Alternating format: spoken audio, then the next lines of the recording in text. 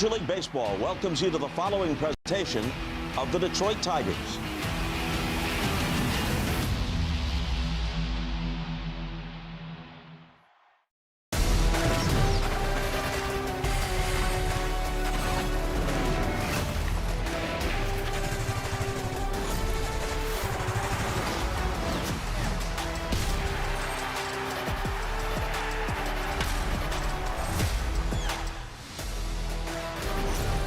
Earlier this week, a sterling home start got a little bit sour as the Red Sox came into Comerica Park and swept the Tigers. But a 12-3 start to the home schedule was punctuated by a 3-game sweep against the Kansas City Royals in mid-April. 2-1 twice, then a walk-off for Colt Keith and the baby powder.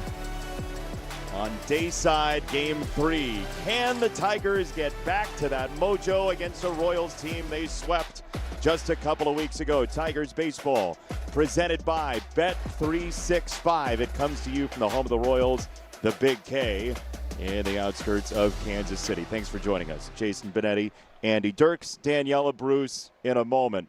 The Royals, when we saw them, had fallen to 7-16. Since then, they have fully dug themselves out. So a different Kansas City team, the Tigers are going to try and sweep again. When KC came in the last time, the offense was really scuffling. They weren't scoring many runs, and you can see right there, 5.31 runs per game, second best in the big league since April 24th. The OPS has went up. That means the power numbers are getting good, and their bullpen has been tremendous as of late. So this is not the same offense that the Tigers faced heading into the series previously.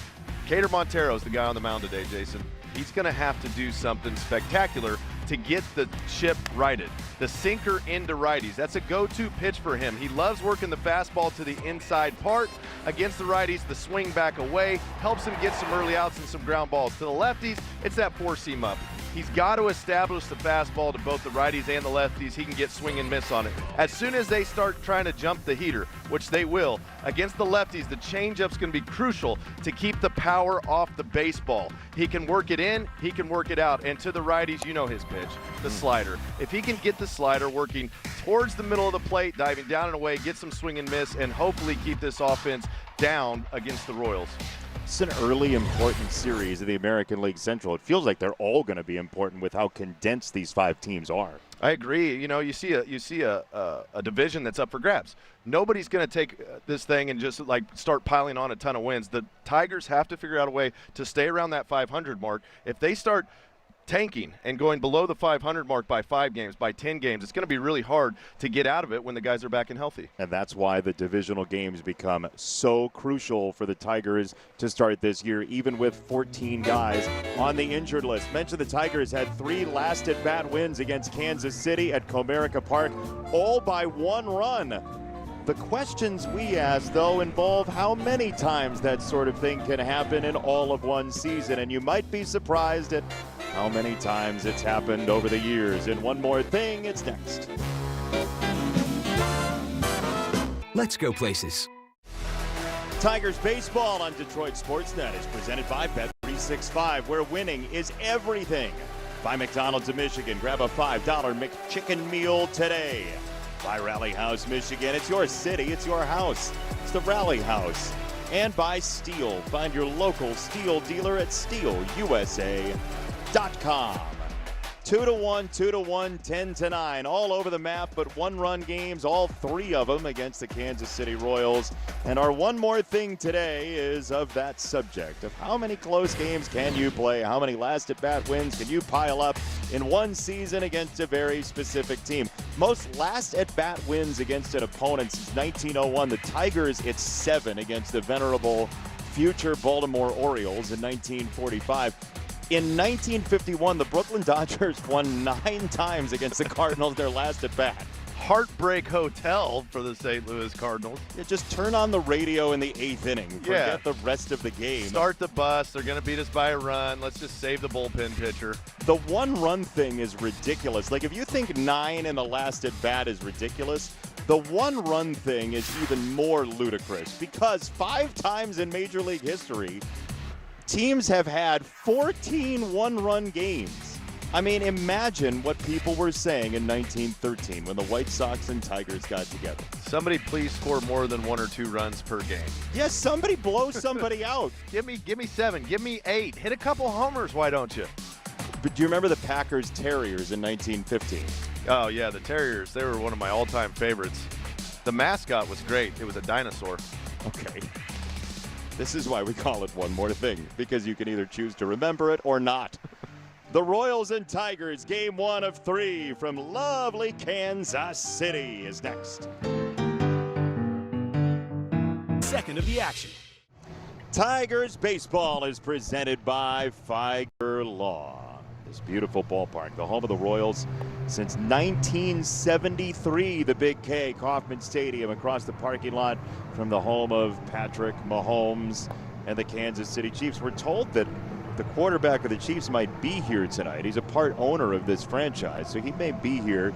And Matt Vierling, St. Louis native, is here in a Tigers uniform. Tigers batting order presented by your Southeast Michigan Ford dealers. This is season walk rate. You see McGonigal at 12.5%, Riley Green at 14%. There is some percents there that you don't want to be your interest rate on your mortgage, which is good for the Tigers in this case. And Bubic has been walking guys a little bit more than he's used to, Andy. He has. It's who's going to dominate the top of the strike zone.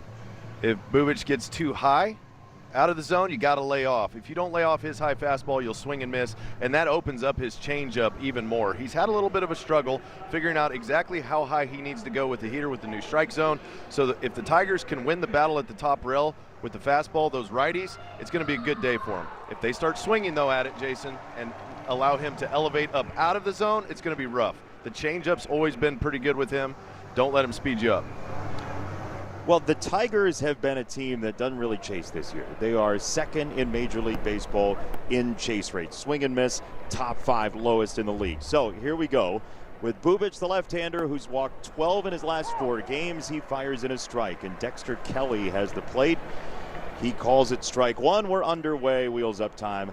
6:41 Central Time tonight at Kauffman Stadium. Just a splendid night for Major League Baseball at a beautiful facility that has held up so well over the years.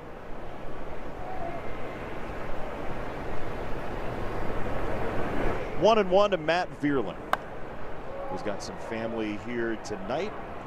His mom's supposed to be here. His brother's supposed to be here. Some friends from childhood growing up made the drive for a couple hours from St. Louis. I like coming to Kansas City. I always had family come in. I'm from Kansas, obviously. But it's fun to play in front of your family, your friends, because they don't get to see you every day. We did. I mean, we reached capacity in the booth before the game. You know, the elevator certificate on the wall, it says like, yeah, 18 probably is. Your family was here before the game, and they are marvelous people. Yeah, my sisters, all my sister's kids and a couple of their friends, cousins. Ground ball to third, Michael Garcia for Kansas City. A defense that has been strong so far this year, top 10 by just about every metric, and there's one away. And here is that defense, Collins and Isbell, and then Jack Caglione out there in right field, who has one of the best arms in Major League Baseball, and don't the Tigers know it? We saw it in the last series. He threw some absolute BBs to home plate. Not a guy that you would prefer to run on, but you know the Tigers are still going to be aggressive on the bases. If they get a shot to go first or third, they're probably going to make him make the throw. You would imagine so. I don't think that, you know, you're always going to look at the arm, but they still have to make an accurate throw, no matter how good it is. Here's Kevin McGonigal, who has seen a whole bundle of sinkers in from left-handers this year, but specifically from Bubic. Now we're getting to the point where Kevin has seen guys as starters once. This is a rematch from back on April the 16th as he takes a sweeper away. So 3 flyouts against Bubic, but a ton of sinkers inside. You see all those landing either off the plate or just nibbing, and what word am I looking for? Nibbling the inside corner. 2-1 is outside, 3-1. But that's so, you know, they want to go in because Bubic doesn't have the best slider. That's not his best secondary pitch. It's a changeup. So if they can keep him off the slider away, that'll help. That'll help open it up for him. 3-1. Yeah, he was nibbling there. It's ball 4. And that's what you talked about with walks. 12 walks in the last 4 games. That's 13 in the last 5 now. If my math is correct. Your math is very right. And we're just getting started. Yeah, again, the Tigers, though the home run number has not been what they'd expected. It's 20th in the league. If you can create base runners here and put some pressure on Kansas City, the Royals have not had the off day that the Tigers did yesterday. Mm-hmm. And so if you can stress the bullpen, and Bubic had a fairly short outing in that April 16th game, maybe you can use that to your advantage as the 1-0 is in there, a strike on Jahmai Jones.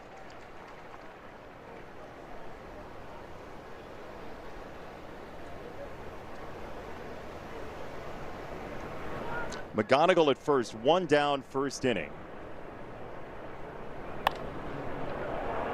And that is hit in the air to the left-hand side. Isaac Collins, the former Milwaukee Brewer, makes the catch, and there are 2 away. Close. Just out in front of the changeup by a hair.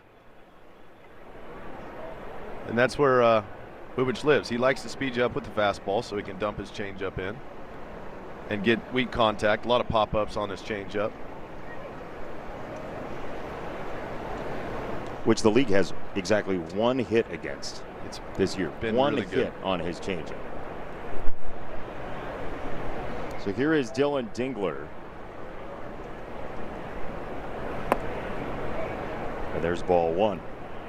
Tigers come in at 18-20. Kansas City is 17-21. And in the American League Central, that's good for 2nd place and 4th place by a game and a half and 2.5. 1-0. There goes McGonigal. Throw down to second is going to ricochet to shortstop. It's a stolen base for Kevin, his 5th in 5 tries. It's a lot of fun to have some speed at the top of the order. Kevin McGonigal can provide it. He's going to go first move. Gets a good enough jump. The ball kicked away. Fortunately for the Royals, there was a defender there after it hit his leg, or else that's another base. Kevin had a notion. He saw it. Yeah. There's a guy named Bobby Witt standing there, though. Yeah. His awareness level is fairly high. 2-1. There is Bobby Witt Jr. coming off a 4-hit game yesterday against Cleveland. That bat's heating up. Big time. Mm-hmm. You knew it would.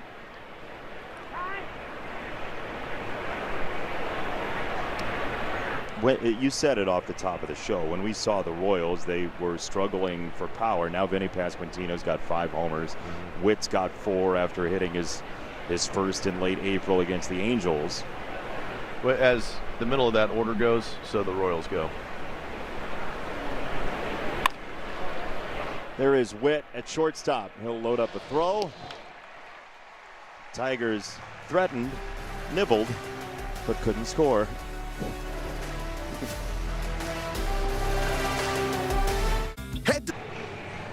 No score, bottom 1, Tigers and Royals, and here is the Kansas City batting order. Weighted runs created plus, league average is 100. It's a whole offensive stat to tell you how you're doing against league average.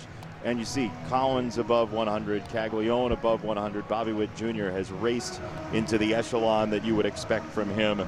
Vinny Pasquantino trying to tune it up, but Michael Garcia in so many ways makes this thing go, as he will face the Tigers starting pitcher presented by Wallside Windows, Kader Montero, who has seen Kansas City already this year as well, Andy.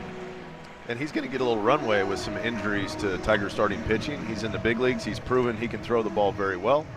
You see the base on ball rate.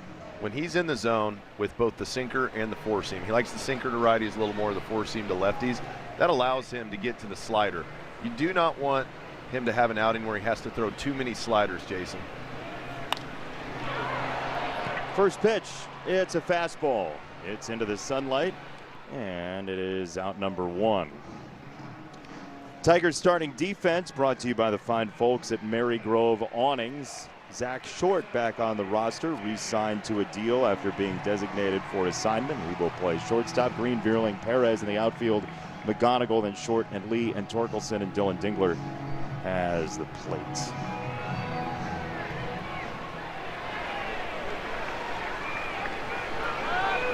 Bobby Witt Jr., who takes a pitch downstairs from Montero, which is interesting considering Kader Montero threw him maybe 2 pitches you would call down in the entire sequence the few times he saw him. They were both breaking balls. He likes the fastball. He likes to run it up, try to get it on the hands, and then throw the breaking ball away. And that one of Kader's big improvements for me is just he's not so dependent on the slider. Because now when he knows that he can get that sinker in on the hands, expand the zone up, and that 4-seam up in the zone. Right there. Exactly what he's looking for. He gets a pop out to Torkelson, 2 gone. That's beautiful execution. He's in a position now where he can command his fastball well enough to put it in a quadrant that he knows he's gotten Bobby Witt Jr. out with before, and has confidence that he's not going to miss so far in that it's a non-effect pitch. So there's a fine line when a pitcher goes in. You know, if you throw it too far in, you hit him, or it's a non-competitive pitch up and in, and it really doesn't do anything. If you can throw it there, that's a tough pitch to get to. What you just said is the intrigue of seeing a team now for the second time, because it's just a couple weeks ago, and Bobby Witt Jr. knows exactly how Montero pitched him. You want to pitch him that way in the end, but you can't just pepper the zone again. He'll be on it. He's a good enough hitter. Well, eventually he's going to cheat. If he's not quite getting to that fastball up and in, eventually he's going to sell out and look for it up and in and turn on it and hit it to left field very hard.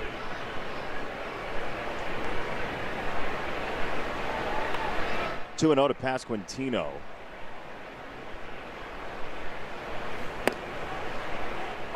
That's a strike, 2-1. But the old baseball mind also can trick you thinking he's going to adjust to it better than you might think. You think, oh, he's really going to adjust this pitch. Maybe he doesn't. Right center field. Vierling gets to the wall and reels it in to retire the side. More warning track power against the Tigers for Pasquantino. Nice play by Matty V. In front of the family, he's got some family in the stands, sprints a long way right before the wall. Kader says, thank you, sir. Hey. Riley Green and Bobby Witt Jr. actually have a history of playing together back when they were just young players trying to make it to this point. They played on the U18 Team USA national team back in 2018, and they were teammates along with C.J. Abrams, Corbin Carroll, Pete Crow Armstrong, and Jack Leiter also on that team. Riley wants extra bases here, thank you very much, and he slides in with a leadoff double. That's why he was on the under-18 team and an all-star growing up. Yeah, those are Chevy's strongest players for today, but I talked to Riley about that team, and he said, obviously being teammates with guys like Bobby Witt Jr. is really cool, but one thing he wishes he would have done is take it in a little bit. You don't realize at that point that you're playing with a bunch of future all-stars in Major League Baseball. He wishes he would have appreciated that just a little bit more, guys.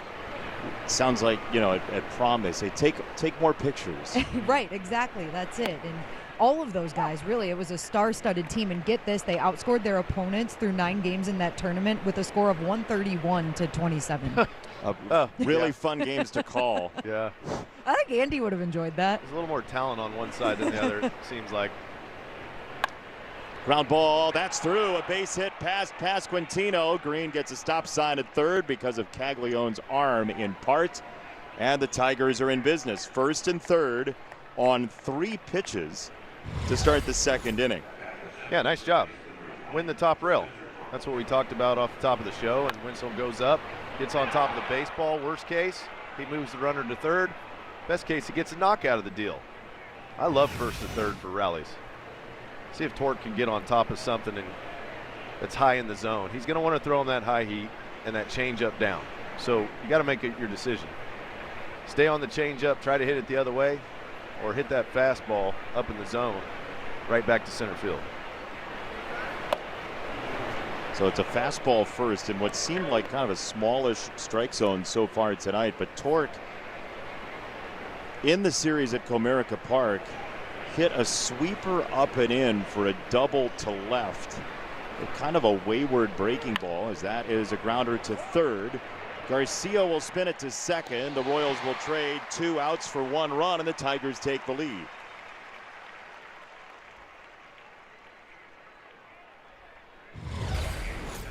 Torque tries to cover it.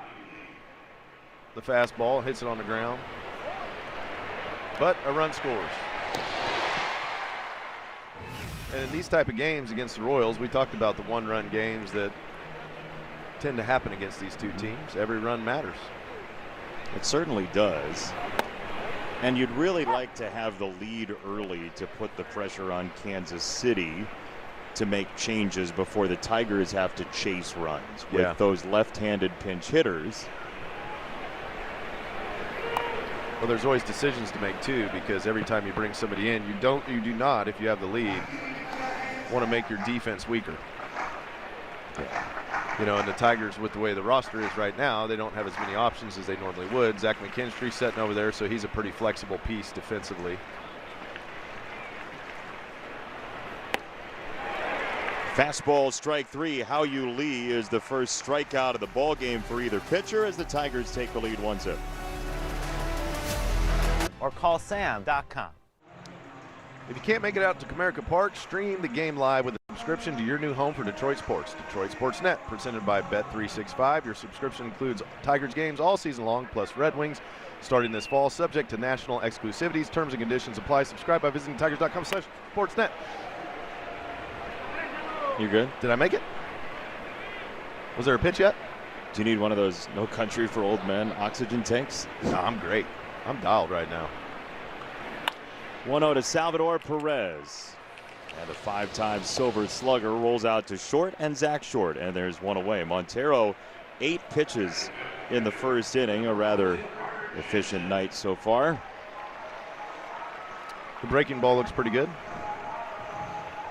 And fastball command, first pitch strikes. Like everything that they've wanted Cater to do over the last 2 years to become a quality starting pitcher in the big leagues, he's done. And now he gets a little runway to get multiple starts in a row and just keep it rolling. Look, the Tigers are in a pocket of 3 games with off days on each side. So you're off yesterday, you're off Monday before the 3 in New York. But if Montero gives you one of those long, strong starts, it helps your Saturday and Sunday so much. The amount that the bullpen's going to have to be used. They're going to need innings out of guys. Who are the guys that are going to step up and give them the innings that are necessary to not put so much tax on the bullpen? Because you know what usually happens. You start taxing the bullpen in a game that's really one you wouldn't want to pitch Hal Finnegan in, but you have to. Yeah. Right? And then next thing you know, then you need your bullpen because you have a lead, whatever. And then now it's like we don't have enough guys. Or they're not rested. Especially with the wrinkle of the pitching injuries the Tigers have. Tigers have tied for the most people on the injured list in Major League Baseball starting play today. And Sunday is a bullpen day, a conventional bullpen day, not an opener, but just sort of buffet line of pitchers as Montero strikes out the left-hander Jensen, and there are 2 away. Started him out with a breaking ball, ended up getting 2 strikes. And when you start chasing Cater Montero's heat at 95 up out of the zone, you're going to do a lot of swinging and missing. His 4-seam's always played up there. Perfect pitch, expand the zone. He lost a curveball there to Jack Caglione, who's got 4 homers, 5 doubles, and a triple so far this year. The 23-year-old outfielder.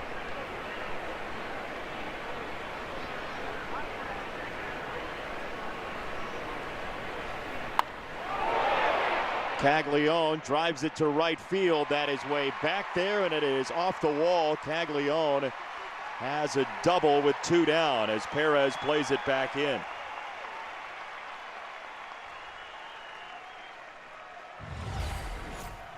Caglione has been hitting the fastball much better in the last couple weeks, and because of that, you see the Tigers trying to attack him with breaking balls. But good adjustment. He stays back on the pitch, puts a great swing on it, gets him a double out of the deal. Yeah, he's slugging over 500 for the season against fastballs. Yep, and that's going to make teams really want to pull out breaking balls off speed pitches. Here's Isaac Collins, who takes a strike. The Royals, by my count, have finished 4 at-bats within 2 pitches tonight. Here's pitch number 2 to Collins. This one's not over yet. 1 ball, 1 strike. A lot of left-handers at the bottom of this order. Jensen, Caglione, Collins is a switch hitter, Massey and Isbell, 5 in a row. Left-handed against Montero. So I think the changeup's a big pitch for him today. Command the fastball to where you can get to the changeup. He threw some good ones in his last outing. That's a fastball that messed up the mind of Collins, 1-2. Yeah, the league only has 1 hit against Montero's changeup and Bubic's changeup so far this year. That doesn't mean you should throw it every time. No, it's a works with location the other pitch. pitches. It's always a location pitch. Down and away is where you want to throw the changeup. That was down. And that's a field pitch, the changeup. See right there, it's like when it comes out of your hand, they usually grip it to where there's going to be more fingers in contact with the baseball. It's a little harder, like with the fastball, you got 2 primary fingers on it. Usually with the changeup, it's 3, it's 4. More contact to the baseball, can be harder to feel it come out of the hand. That's into right field. It's a base hit. Caglione is around third. The throw from Perez is cut off, and the Royals have tied the game with 2 out in the 2nd inning.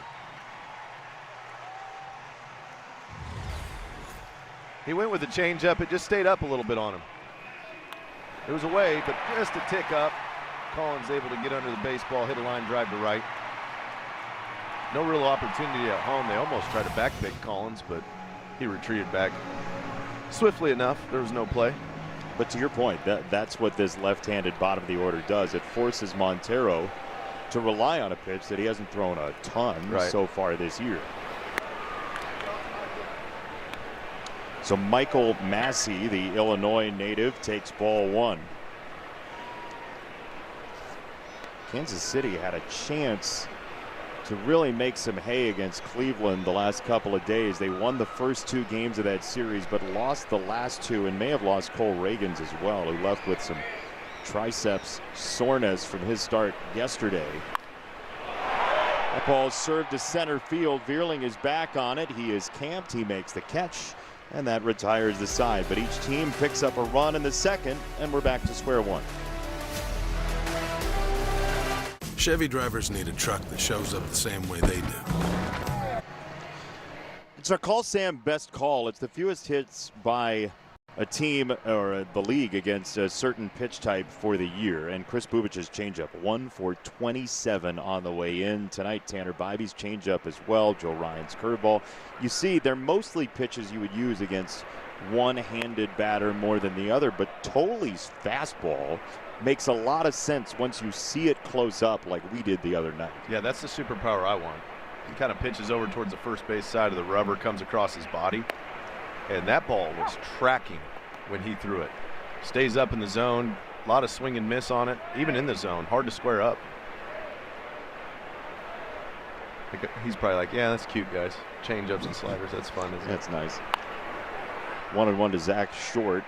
And now a ball and 2 strikes. Zach was designated for assignment the other day, which means taken off the 40-man roster. Could have been claimed, wasn't. Re-signed with the Tigers, then came back just today with Jace Young going back down to AAA Toledo. Zach just missed. No challenge. 2-2. It's a lot of the life of a baseball player most people don't really comprehend. The unknowns, the uncertainty of where am I going to be, who am I going to be with, what's going to happen, but you still got to go out and perform as soon as you have opportunities. It could be a wild ride for certain guys. They're in different cities, different locations, different time zones, all in a couple-day period. He's done it for years now with the Mets and the Red Sox and the Braves and the Astros, all in the last 2 years to go along with the Tigers now, as that's topped foul. I mean, he's made an entire life out of uprooting his life. Yeah. Like, hey, how many months you want on that apartment lease? Like, can you do it week to week? Exactly. But give him a lot of credit. This is a 6-year big league career now. He is well liked everywhere he's been. And there's a reason that he keeps getting phone calls from people to be a part of a roster that wants to win. Yeah, he's really, really good with the glove, and he's got pop. Shorty can run into him with the best of them. He takes ball 4 here. It is a leadoff walk. So the second walk for Bubic. And Vierling will bat with a runner on.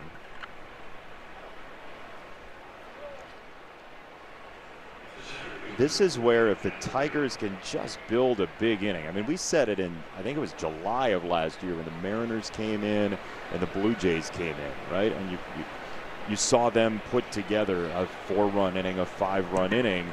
The Tigers went a while in that second half of the season without big innings, and it just alleviates a lot of the tension.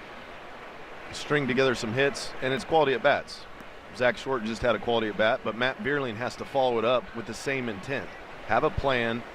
What are you trying to execute?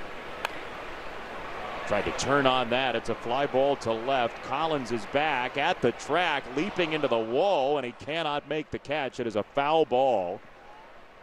That was in play for a couple different results there. It is foul and strike 1. He was tracking it the whole way, but he knew he was about to run out of room. It just hit too high up on the wall.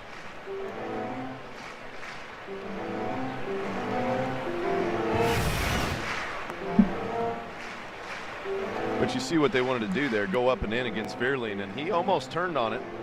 Not quite home run distance. Normally that'll get you some change-ups away at some point, continuing in the bat.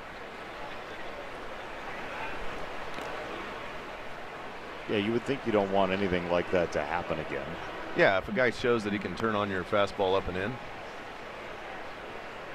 Change up away is usually pretty good after a swing like that. 1-1. That's a changeup that kind of lingered up. 2 balls and a strike. If he can't command that pitch, Jason, it's going to be a rough night for him. Because that's the pitch that's going to neutralize a couple of these big right-handed bats that the Tigers have in the order. If he just has to rely on the fastball and the fastball only. Look out.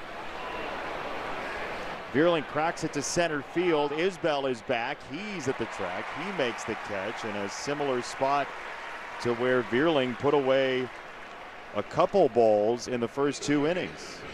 No matter how much they try to bring the walls in the stadium, until it gets to about into June and July, this place will just absolutely gobble up fly balls. Like well hit, but you're out. Yeah, it's a jungle out there.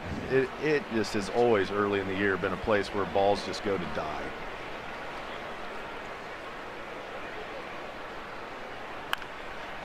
Rolled to second base.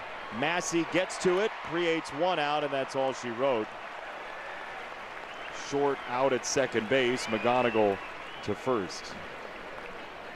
What's weird about this ballpark, though, is once you get to July and the summer months, it does feel like the ball really does tend to fly to the alleyways. It really will. It flips completely. It goes from a very difficult place to hit a home run to where even Andy Dirks can go dead central. Oh, come on.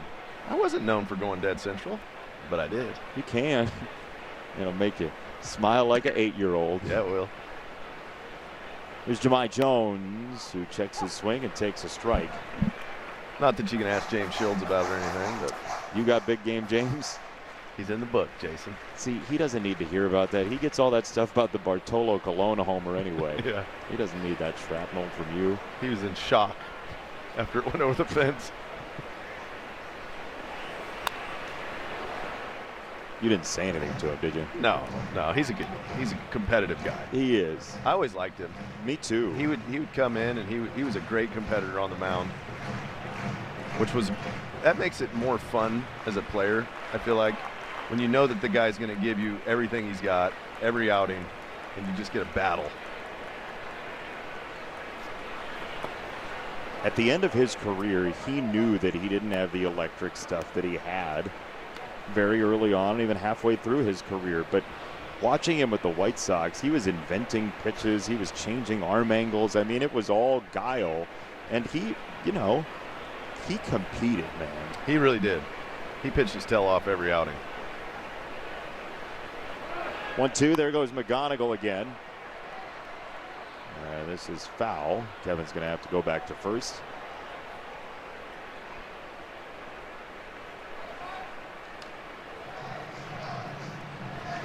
Kevin does everything like it's going to be his last time doing it. He gets after it. He really does. I like that guy. Gritty, tough, very, very talented. Like you combine those things, you got a ball player. One hopper, he takes off, and Jensen didn't know which base to throw to. He had to get around Jahmai Jones, who's entitled to the batter's box. McGonigal read it perfectly, and it's exactly what you're talking about. Expect to take the next base at all times. Never get flat-footed at first base. You see, as soon as it goes down in the dirt, McGonigal just puts his head down and runs. Make him make a play. And Jahmai Jones did the correct thing. A lot of guys would have bailed out of the box and given the catcher plenty of room to make that play, but he has the right to the box. He doesn't have to move. So good job by Jahmai to get a runner in scoring position. Yeah, that's veteran stuff for Jahmai Jones. Forcing a tough angle for Jensen. And a ground ball to third. That's Michael Garcia's jurisdiction, and the inning is over.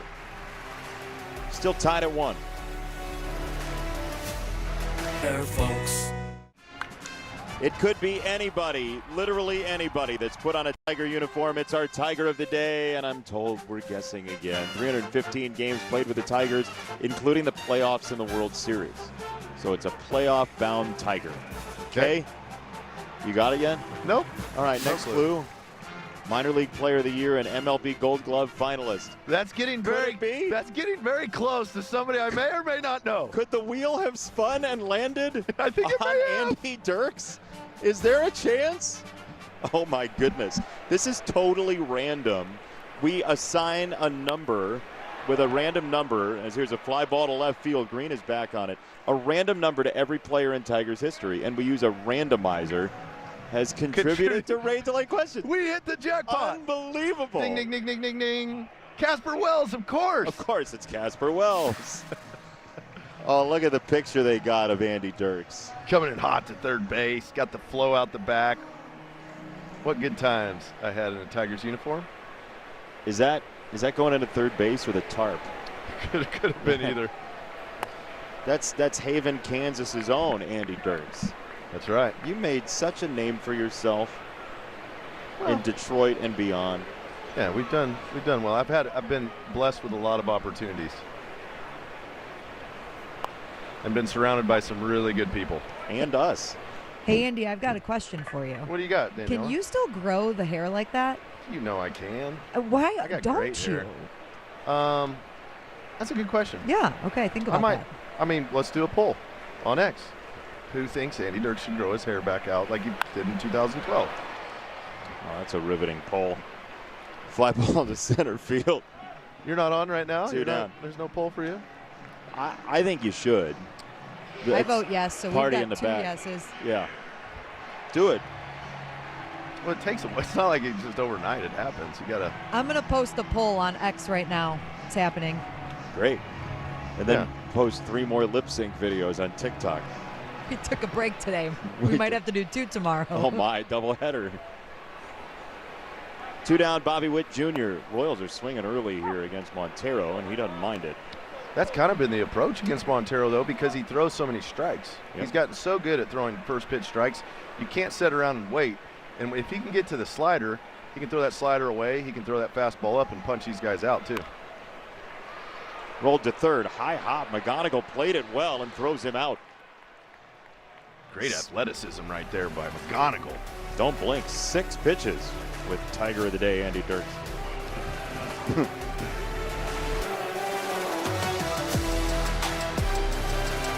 Have the meat. If the Tigers score 3 or more runs in this game, you can visit a participating Arby's location tomorrow and receive a free small order of curly fries. There you see a file photo of Malibu from the American Gladiators. I would have been a good American Gladiator. You would have pulled it off. There's like sort of like a Laser. Midwestern surfer situation Taser. going on. Taser. Taser the Gladiator. Give me on that ball machine, and you try to do the little, go from one element to the next. Yeah, barrel roll to the crossbow. That'd be a solid video. 1-1 to Dylan Dingler. It's Dingler, Green, and Perez against the left-hander Chris Bubich. That sweeper bearing inside on Dingler. That's a pretty sharp breaking ball and wide breaking ball from Bubich. It's one he hasn't really used yet either up until this point. 1-2. Fouled away against the Croatian sensation Chris Bubich, who grew up a Giants fan in the San Jose area. Like A.J. Hinch, an ACC legend who went to Stanford. 1-2. Ooh, he locked him up. That thing has a couple different forms. That was the backdoor variety. And when you're really thinking he's a fastball changeup guy, you're trying to defend against those two pitches. This one starts way up and out of the zone. And you give up on it pretty much instantly. But it catches that top rail. What a pitch.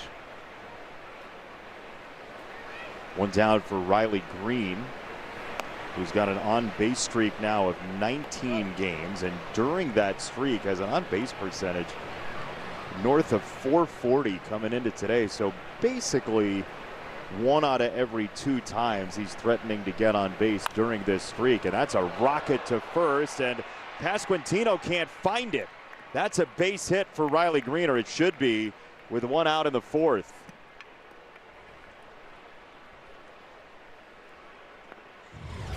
That ball was smoked. He hit the sweeper earlier, and this is the sinker. Pasquantino gets laser blindness for a half second after the tennis ball was shot in his direction. Anytime they kick away like that, as an infielder, you try to bat them down to where they stay in front of you. But when a ball's hit that hard, you're really just trying to get a glove in front of it.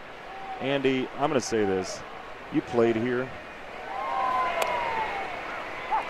We love it here. That is not an error. They called that an error. Yeah, that'll get overturned. Yeah. That ball was probably over 100 off the bat. Sometimes that plays into it. What was it off the bat? 104. Yeah, I'd say that's a hit. Look, official scoring is a very difficult job, but there's no way that's an error. No. I mean, basically all you have time to do is try to throw your glove in front of it. And as a left-handed defender, too, to have to try to backhand it makes it even more difficult.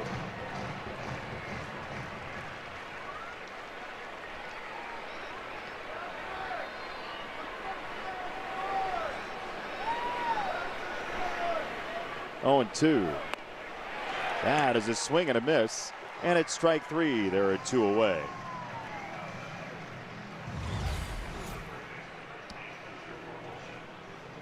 That four-seam rides a little bit. See if Torque can get some redemption. He got him a fastball over the middle of the plate, rolled over it to third base his last at bat. See if he can get a fastball and get it up in the air somewhere. You know, if Dingler watches this at bat. Oh, look at this guy. There he is, Patrick Mahomes. Hey, there he is. Hanging out with the fam. Right over by the on-deck circle, it looked like. 1-0. Inside. But you were saying about Dingler, like, yeah, you're going to throw that sweeper. Yeah, oh, that's the one you throw him? Yeah. The one you threw me was Nasty and Nasty, the brothers, and then you throw that thing that's just a floating nothing, that's a ball out of hand and never comes back. Appreciate you. Thanks for saving your best for me. I like vindictive bench sitting Andy Dirks. Twisted to third. That's Garcia, and that's the end of the inning. Both teams only put a couple quarters in the parking meter tonight. Rallyhouse.com. The next giveaway of the season is Saturday, May 16th. When your Tigers take on the Toronto Blue Jays, be one of the first through the gates and receive a pink jersey presented by Carmanis Cancer Institute. It's a giveaway you won't want to miss. First pitch is at 1:10. Visit tigers.com/giveaways for more information. During the break, Andy, they changed the Riley Green ball to a hit. So well done here by the official scorer for Kansas City. Vinny Pasquantino climbs the ladder on a fastball. and flies it to right field. Wencel Perez. Kader Montero could throw like a 15-inning complete game based on his pitch count right now. He's thrown 31 pitches for 10 outs. The Royals are attacking early and not finding the grass to get knocks. A lot of quick outs, first pitch, second pitch, but that goes to what he's created. So now his scouting report is you need to swing early against Kader Montero to have success. That's right where you want to be as a starting pitcher. Throw a lot of strikes early in counts. Because the card used to be on him, be patient. Yeah. He'll throw balls, he'll walk you. So great job by Kader to continue to develop his game. That first pitch was close enough that he gets the swing and miss on the second pitch, that curveball. So many competitive pitches. It's like maybe, nah. Okay, it's off by a ball. Comes right back with the curveball. Fastball to the outside corner. I mean, that is threading a needle on 3 straight pitches, honestly, as the hot corner says his in-zone rate is the highest in Major League Baseball at this moment. And that'll get early swings. And he's got the stuff that it plays in the zone, and he can trust it. Swing and a miss, strike 3. That is really veteran-type pitching that entire at-bat.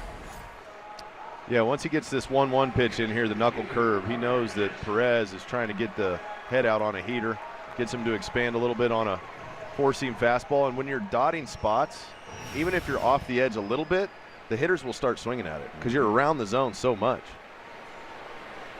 Which is why Montero actually, they sort of label the strike zone on StatCast, and one of the zones is waste pitches, right, that are pretty far away from the zone. He's actually thrown more waste pitches this year than he had in the previous 2 seasons, which is a little surprising. But the reason he's not really getting burned for it is because it's with intent sometimes. Yeah. To then bait somebody into something else. There's more of a plan pretty clearly. Especially with 2 strikes. He'll throw the slider like away to some hitters that he thinks may chase, as opposed to just try to throw it for a strike and then you make a mistake 0-2. I would bet you his ball 1 waste pitches are much lower than previously, and his 2 strike waste pitches, as you're saying, are higher. I would agree. Just from observation.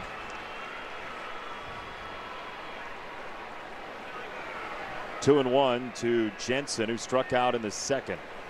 Each team got a run in the second inning, and that changeup is nasty. And Jensen, coming in, had the only hit on a Montero changeup all year, and it was below the zone back in April. You see, he got revved up for a fastball, thinking 100%, I'm going to sell out, I'm going to hit it hard on the pull side, threw the wrinkle in, pulled the string on it. 2-2, nice attempt at a frame by Dingler. It's 3-2.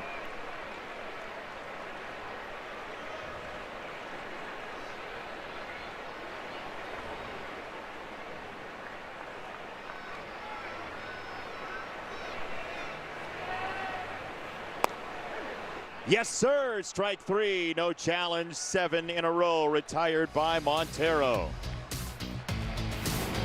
Do with it what you want. Backdoor breaking ball. He didn't see that one until right there.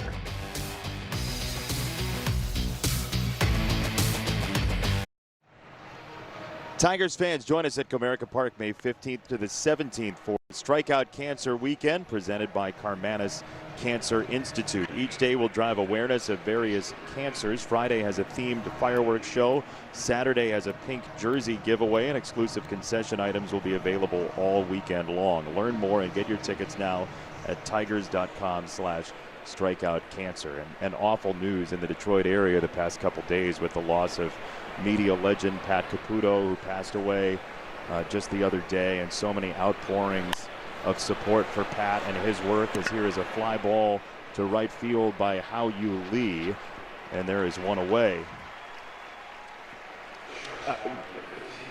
Obviously, Pat said some things last year about our telecast that went viral, and I gotta say, I appreciate it. I like people who speak their mind. I like people who believe in what they think, And I don't know that people would expect us to say that, but it's important that people be able to say how they feel about a piece of entertainment. Never got the chance to say that to Pat, but that's real. We need more people who say what's in their heart, and it's a big loss for Detroit. I agree. I think that's how we all get better. That's right.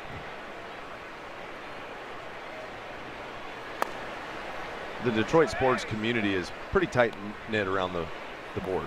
Like, pretty much everybody knows everybody to a degree. Yeah. Maybe not in person, but knows the who's who's and what's happening. So anytime you lose a voice in the community, it's painful, you know, because you loved it. I love it when there's a little bit of all the discussions that we get to have about sports in Detroit, and everybody that partakes in it, all the fans, the media personalities, everybody is one big unit at the end of the day. We need people who are real. And Pat very clearly was just that. Daniela? Lucky enough to spend some time hosting Inside Hockey Town with him. He was a big hockey guy and a big baseball guy. And there's one thing about Inside Hockey Town that I will personally make sure is always going to remain a thing. And you take callers on the show, and we have a pair of tickets to a Red Wings game to give away on every show. And his number one rule was no begging for the tickets. And if you came on the air and you said, hey, I really want those tickets, he was like, nope, sorry, you're not getting them. You're begging for the tickets. So whoever is hosting Inside Hockey Town from now on, I will make sure that that rule remains a thing, because it was one of my favorite parts of the whole show. That is awesome. He said it at the beginning of every show, no begging for the tickets, and you would get one every single show. Amazing. Stuck to his guns. It's a walk for Zach Short. One out, Matt Vierling, the batter. 1-1 tie here in the fifth. And that is a strike to Vierling. Walked the 9-hole consecutive times. You got to make them pay when they walk the 9-hole. Get that guy on base. Vierling flew out in the deepest part of right center field his last at bat.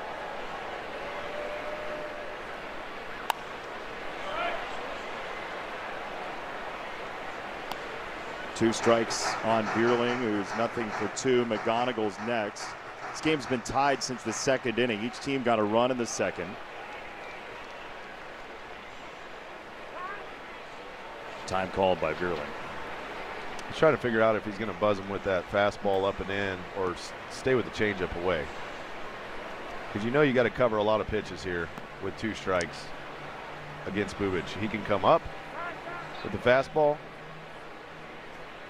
and you have to concede to a degree a pitch. And usually you don't want to concede the fastball, especially if you can go up and in. You have to stay on that enough to at least foul it off. With the changeup, you know you're going to have to wait longer. So look to hit the ball to right center field, right field, and then trust your hands are quick enough to get to the fastball. To third, Garcia, nifty pick. String it to second for one. That's all they'll get, but you got Gold on the left side of that infield, and Garcia with a slick play. What could have been a double off the bat, Garcia does a nice job. Perfect footwork to make the sliding grab, enough to collect his feet and throw it to second. With the speed of Vierling, there's really no chance at first, but to keep the ball, not only to keep it in front, but to get it second, to get the lead out, it's a big play. So combined, Garcia and Witt are plus 14 outs above average so far. That's solid. And that gives pitchers confidence to throw pitches that'll get ground balls when they know the guys out there can gobble them up.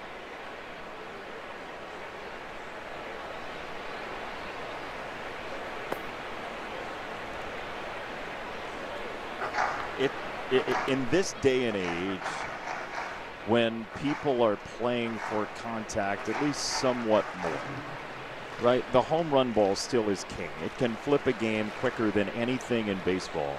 But to have that kind of a left side of the infield gives you some leeway in a division that is so tightly compacted in that games between the Tigers and Royals and Guardians usually end up 1-1 in the fifth at some point in a series.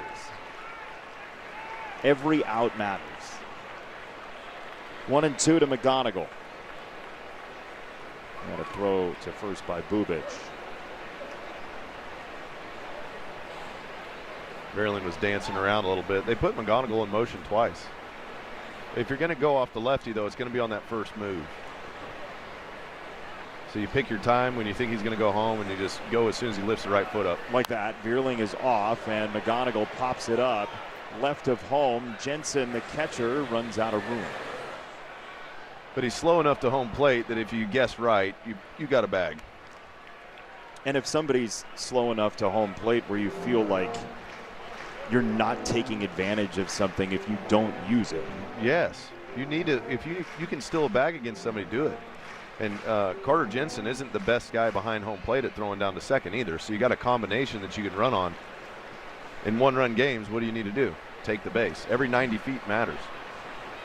Every game between the Tigers and Royals has been a one-run game this year as McGonigal sprays that foul again.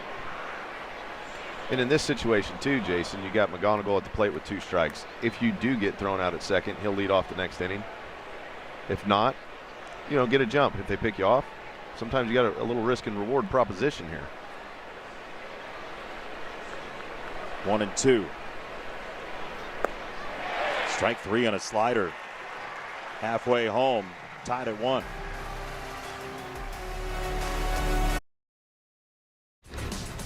Here's our Comerica Bank game summary. It's all Cater Montero. You see the fastball up in the zone, getting swing and miss, the sinker down, getting the ground ball from a dangerous bat.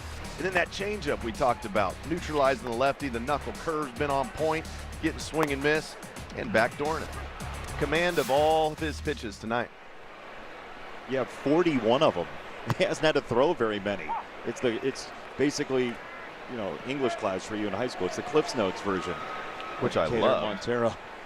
That's what I thought books were up until about 2 years ago. Yeah, Romeo meets Juliet. Something happens, and then it's sad.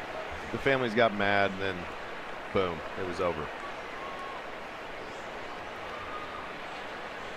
2 strikeouts on the curveball for Montero.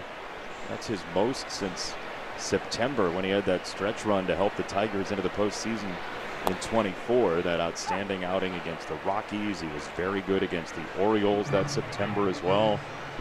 Saw Caglione right there just shake his head. He's in a 1-1 count, and he just paints a fastball.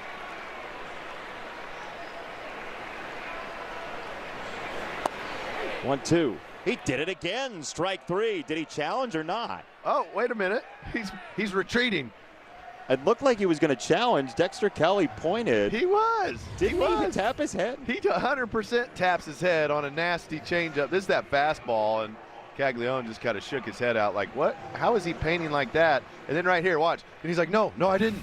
I should have. But it would have been a ball. I should have, but he didn't. There is an epidemic of batters not putting their money where their mouth is across the league. That's not about Caglione. No, it's about the league.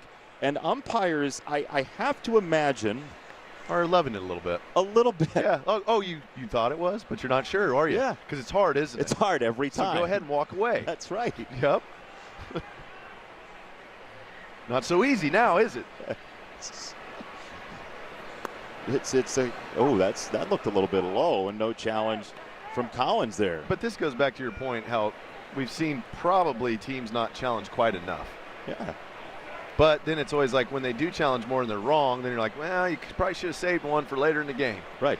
So everybody's just, it's just like the fuzz on the TV. Yeah. That's what their brains are like. As soon as there's one goes, it's like, No, it just kind of fries everybody because the batters have to make the choice right away. The catchers right away. The pitchers right away. No help in the dugout, nothing. I think sometimes too, and we talked about how framing, everybody's worried about ABS. Is framing still going to be important? Caglione looked back when Dingler caught the ball, and when that glove is in the middle of the plate, you got to imagine, man, was that closer than I thought it was? There's a pop-up third base side. McGonigal in foul territory makes the catch. The Royals catchers were actually working on challenging during the pregame as framing and challenging and the whole thing as part of their daily work, right? It's some framing, some challenging, but catcher work was happening to evaluate their catchers behind the plate. And we've seen some of the guys who come up from AAA that have been using the system. They're a little more advanced with it. I've seen McGonigal's been very good with it, but he's used to it. This first year is going to be a little bit of the Wild West for the ABS Challenge system, but once it becomes a complete part of the game, teams will and players will learn to adjust to it and get better and better and better at it as the years go on. But what I love about it is Major League Baseball has teams on the run, right? Teams are having to chase the optimal way to do a bunch of things. Yeah. And so if teams get too good at it, Major League Baseball, and I know you have to bargain for it sometimes, but there are also unilateral abilities of the commissioner to institute rules. You can keep teams on the run always. Always. Here's a new one for you. Try to figure this one out, Yeah. guys. 1-1 to Michael Massey. Montero has retired 9 in a row. But credit where it is due. Major League umpires possess a very specific, highly tuned skill, and they deserve to be lauded for it. It is an extraordinarily difficult job with pitch shapes as they are. And now you are seeing batters and catchers and pitchers alike be confused about the strike zone with power in their hands. And that is vindicating in some way to a profession, umpires, that all they do is get absolutely crushed publicly for missing key pitches. Now there's recourse, and we are seeing that absolutely nobody, as we always know in the human condition, absolutely nobody is perfect. Except for the Royals and Tigers, who only play one-run games. Our own. Tied at 1 in the 6th inning, and Grayson Clothiers is the official wardrobe provider of the DSN broadcast team. You can see the Grayson logo here. They've got the shop on Woodward, and they're going to start stocking Tigers stuff. This is wonderful gear. Look, and it comes back, and I thought it was going to get wrinkly, and then once you get it out for a while, it's not wrinkly. It's very, very nice. You don't even have to iron it. Well, don't try to iron it. That's no. That's an you don't Andy. have to no, iron you definitely don't have to. You don't have to iron it. But they have been a phenomenal partner, and we are very proud to have multiple broadcast teams already. This is not a joke. This is not me hard selling you on Grayson. Multiple broadcast teams have come up to us and said, "You guys have the best gear in the league." It's not even close. Some of the polos some of these guys wear, it's like, and some of the suits some of these guys wear, I'm like, this is so much better quality than the suit that you got married in 1995. Hey, I promise I'm not trying to make this the Rip on Andy Dirk show today, but I do have to say, if those things stay not wrinkled after being packed in his suitcase, that is saying something. That is so true. That is saying something. It's a Wild West in that. Well, we went on a flight last year. We left town and we went on a commercial flight, and Daniela had to put stuff in my suitcase because hers was overweight. That's how I know. So I opened my suitcase and they're like, "What is this?" No, it's like a scene from Spaceballs when Daniela drags her luggage through the airport. It is. It really is. 1-2 on Jahmai Jones, and that is fouled back. Okay. Well, speaking of ripping on Andy Dirks, I've been on our segued Twitter yourself. Oh, yeah, there we go. Oh, look at that. This. And a poll update. We have 216 votes in. An astounding 81% yes, Andy Dirks should grow out his hair. Oh, yeah. moment. Let's go with the flow. That kind of looked like if Andy Dirks met Travis Jankowski. Yeah. Me and Jankowski got similar vibes. You can borrow my hair extensions to test it out, Andy, if you want. I mean, it could also be Joe Dirt. Just depends on how you want to go with it. I think you should grow it out like that for Sunday night. That's a tough ask. I got 2 days. Hustle it up. Go get some Rogaine and just really start getting it. Be like a chia pet over here. Yeah. 3-2 on Jahmai Jones, top of the 6th. We're tied at 1. Opening game of 3 here in Kansas City. And the 3-2 just misses ball 4, and we are going to get a challenge. A pitcher challenge. Challenging the call of a ball. Bubic thought it was a strike. Jensen did not. Bubic did. Let's see. It's an ABS challenge presented by T-Mobile. It is ball 4. That's why they leave it to the catchers. I know. There's just so much emotion, Jason, for a pitcher when he thinks, yeah, I nailed that spot, and he's all amped up. He wants the call, and I feel like for pitchers, the emotion plays into it too much. But that's exactly what you said about framing. I think Jensen framed him into believing that was a strike. His own catcher made him think that was a strike, and so if the catcher doesn't challenge it, you almost have to let it be because he knows how much he manipulated that pitch in the first place, don't you? Yes, I agree. Because the catcher knows the zone well enough, and he's trying to steal strikes for his guys and at least make hitters try to have to challenge.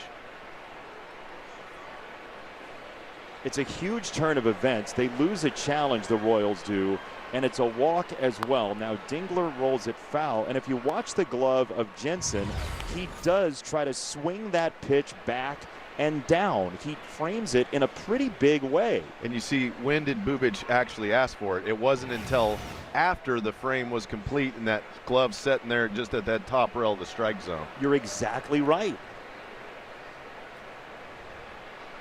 0-1. Now that's a strike, and it looked like Jensen framed that into a strike, but Dingler, who's also a catcher, didn't challenge. There's a lot at play here in your mind. Yeah, that's probably off by a hair, but it's not worth it. I just think it'd be very difficult for pitchers to be the one that's always in charge of challenging. Too much going on upstairs, too much emotion. I mean, you're out there competing. You want it to be a strike. You just threw a baseball as hard as you can. 50-some times, 60 times, 82 times in this case. Yeah. 0-2. It's fouled away. I mean, imagine how accurate an umpire would be if he had to simulate throwing a ball as the ball was coming. Not very accurate. You have no chance. No. Yeah, that's a tough gig. And that's what we've seen. The catchers have been by far the best at challenging. Pitchers haven't been great at it. 2 strikes. That misses. 1 ball and 2 strikes. It's not that dissimilar of a pitch to the one that Bubic challenged. That's up as well.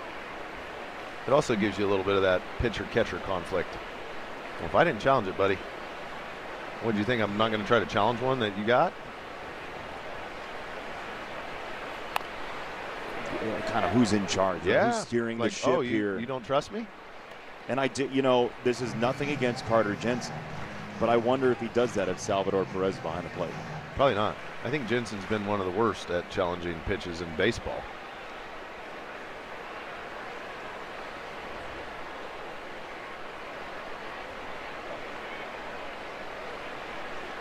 One, 2. Hit to short. Bobby Witt plays it on a hop, pries it out of his glove, and gets one out at second base. The machinery wasn't exactly well oiled there, but he got the job done anyway. There's 1 away, and now a message from Figer Law. If you've been injured in a motorcycle crash, make Figer Law your first call.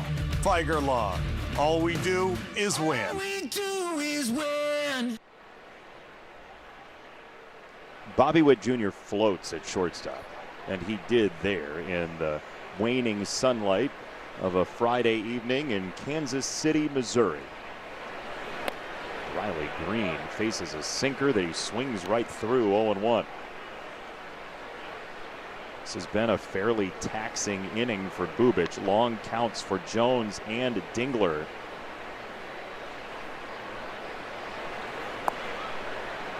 Riley Green hit a missile to first base for a knock in the 4th. He also doubled and scored the lone Tigers run in the 2nd.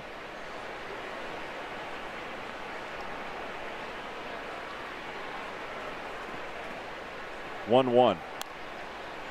Fouled away on that sweeper that at points today you could argue is one of Bubic's best pitches as the bullpen is loosening with Nick Mears for Kansas City. He threw 23 pitches just yesterday for the Royals.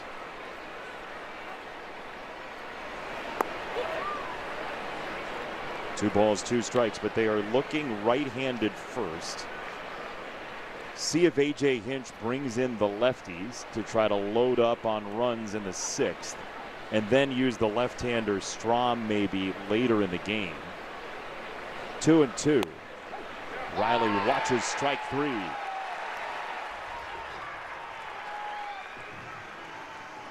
Might have been challenge worthy for Riley Green. Yeah, it's that just a tick above the zone pitch that he likes to throw.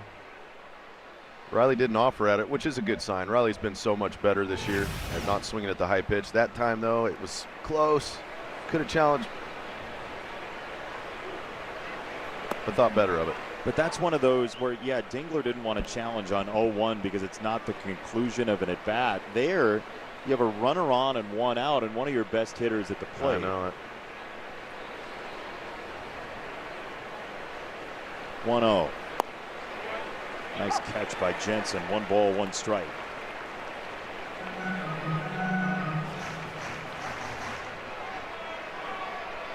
I think what we've learned as well is that Major League Baseball got the scarcity right. They got 2 challenges. Each team does, and you're just like, you don't want to be down to 1, so everybody's so afraid to use that first one because then you have no margin after that. Yeah. 3's too many. That's why, like, Ricky Henderson would have used him. Ricky would have been like, no, that's not a strike. He would have said, Ricky thinks that's a ball, and challenged as he said it. Right? Yeah, he would have for sure. Absolutely. Ricky knows the zone. He would have led in third person challenge.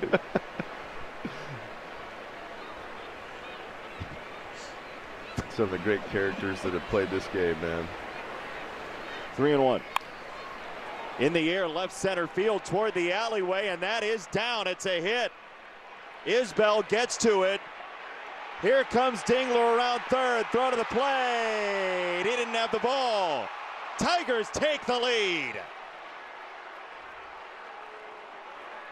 So close to the final out of the inning. Instead, it's a 2-1 advantage. And frankly, Joey Cora nearly came to the plate with Dylan Dingler. He knew he was going to have to get on his horse.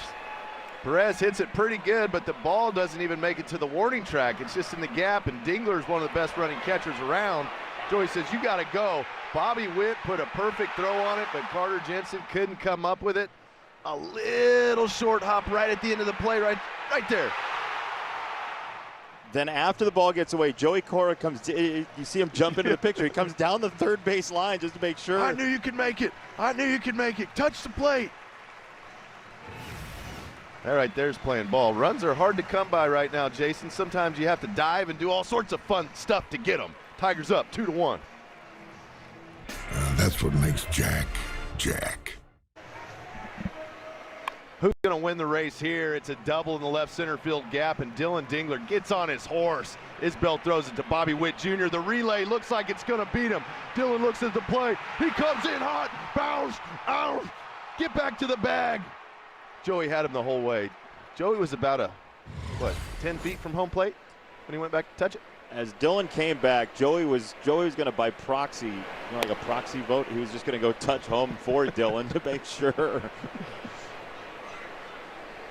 New pitcher is Nick Mears, but Joey Cora sending Dingler there, and it was a danger, but the Tigers don't really care about your danger on the base path, and they take a 2-1 lead. That is heaved foul by Torkelson. 1 ball, 1 strike. Jensen had a chance to make that final out at the plate as Mears the wall side windows. Pitching change here in the 6th. He's got a good fastball slider combination, the 4-seam. He can throw it up in the zone. He gets a little swing and miss. That's a line drive to left field. That's a fair baseball. Here comes run number 3.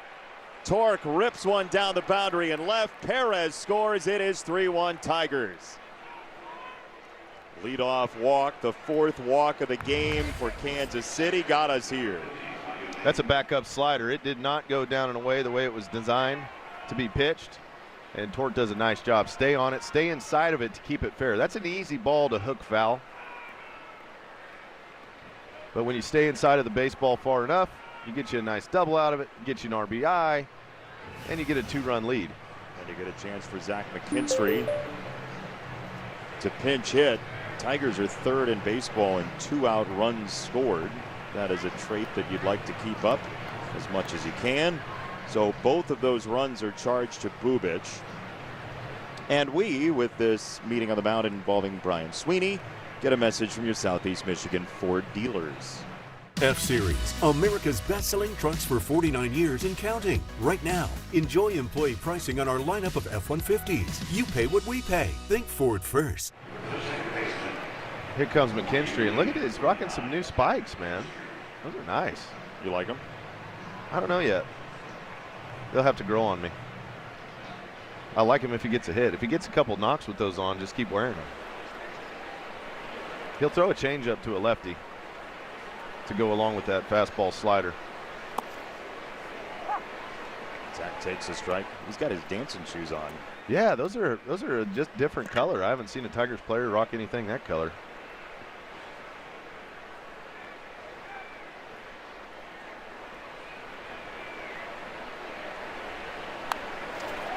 Out away 0-2, but this pinch hit opportunity, you're going to get Z-Mac in the game at some point for defensive purposes. Absolutely. Anyway. So this is why we said earlier, the Tigers are up. They don't have to chase runs with the power. They use McKinstry, who is a valuable weapon offensively and defensively, an all-star last year for the Tigers. So sweeps that foul. And he just coming back off injury. And sometimes it takes you a couple games after you come back to get back in your groove, to be able to go out and just really let loose and play the game the way you want to play it.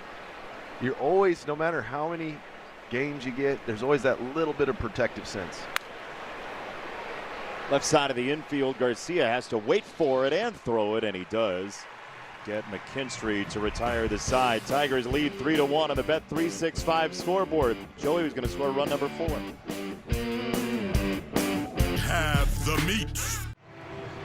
5 innings from Kader Montero. The Tigers have a 3-1 lead for him, and he has been extremely efficient. Our Bet365 odds update. 5.5 strikeouts is the number. He's got 4 of them. The toughest thing about a strikeout is it requires at least 3 pitches, and Kansas City hasn't been super eager to get to pitch number 3 in an at-bat. Ball 1 to Isbell. A lot of early contact. And he's done a nice job of keeping it off the barrel. There's been a couple balls that were hit decent tonight. Vinny Pasquantino hit one to right center. But for the most part, it's been a lot of this. Pitch number 2. Ground balls within the first 2 or 3 pitches. Zach Short makes the catch. There's one away. What you love as a pitcher and as a manager. When you're managing a squad and your pitcher's going out there and they're just swinging early contact, not a lot of damage, you know that then you can allow your bullpen to potentially get a little bit more rest. Which sets you up beautifully for Sunday, when you've already called it publicly a bullpen game. Yeah. Montero's max pitches this year is 88. That was against Milwaukee on the 21st of April, immediately after his start against Kansas City. You see Garcia take one there.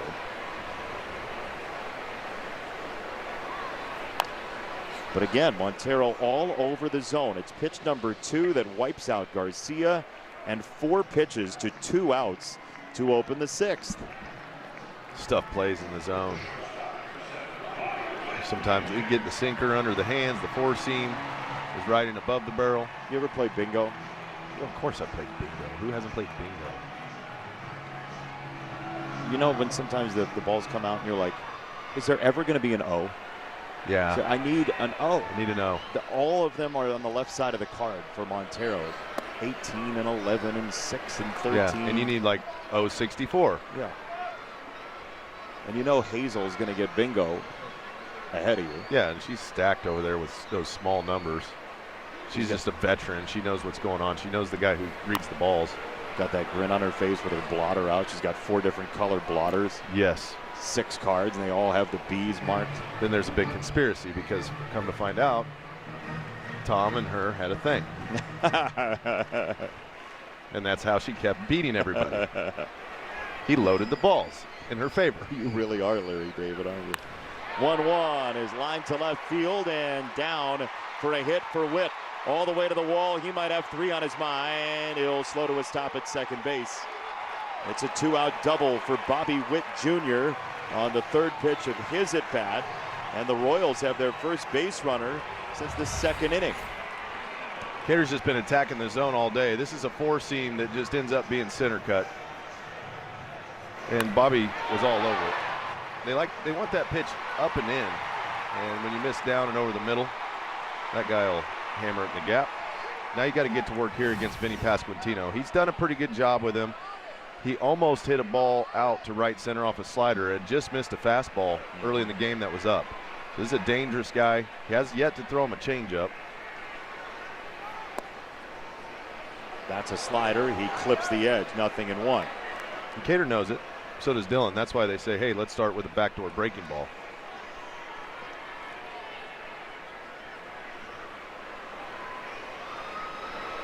Witt at second. 0-1 for Pasquantino.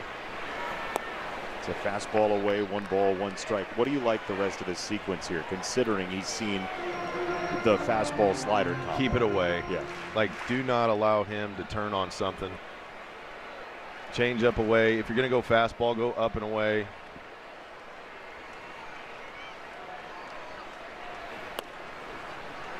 Just missed the zone, 2-1. But to your point, he's seen 3 pitches well away from the body of the Italian nightmare. And he's pitched Perez so well that you just hate to make a mistake here to Vinny Pasquantino. He's got a weak ground ball and a punch out. Salvi Perez. does, yeah. 2-1.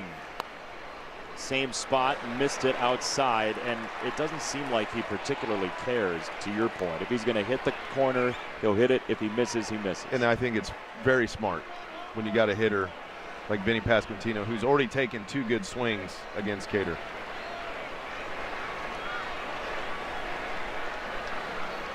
Yep, ball 4.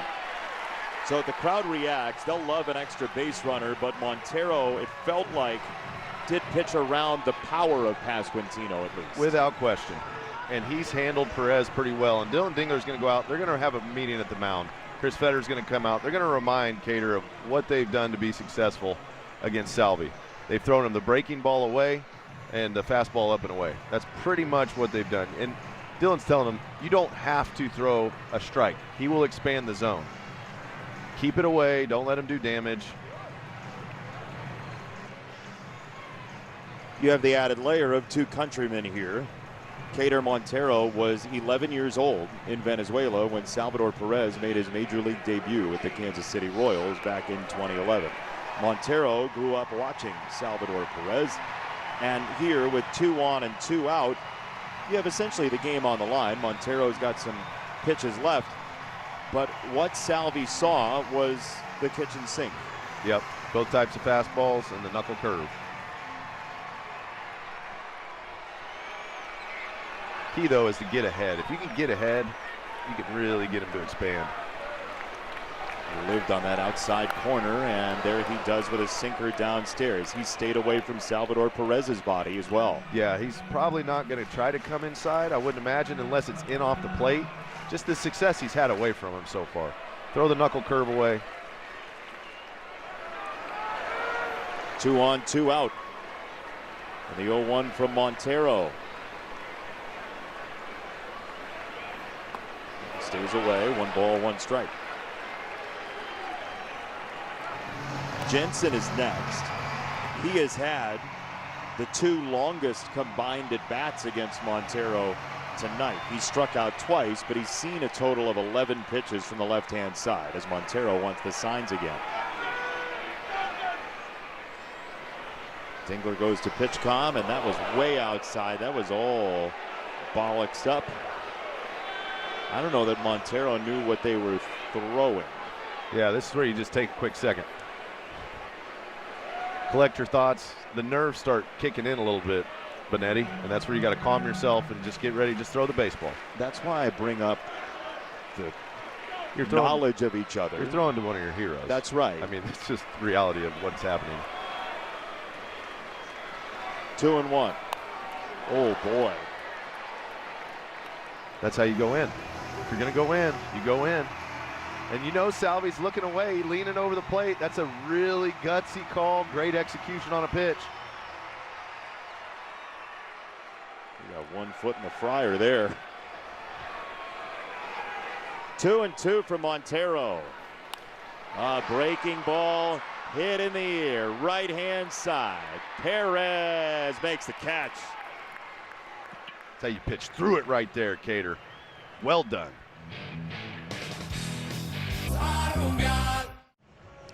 Cater Montero doing a fantastic job to help the Tigers starting rotation and entire pitching staff here tonight, and some positive news on the injury front regarding that rotation. Tarek Skubal did undergo his procedure, and the surgery was as successful as it could be, and 1 loose body was removed. Justin Verlander scheduled to throw a sim game tomorrow here in Kansas City, so he'll face hitters. A Casey Mize bullpen today that Casey said felt as good as he has in a while. And then Troy Melton also pitched 3 perfect innings in Lakeland tonight. So some good news on the injury front. No exact timelines. And the big thing A.J. Hinch said is for these guys to focus on their next milestones that are in front of them.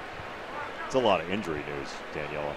Yeah, it's good injury news. And like I said, we're all eager to see these guys get back to the major leagues. But there are some checkpoints for all of them to reach. But very positive signs that they're heading in the directions that they are.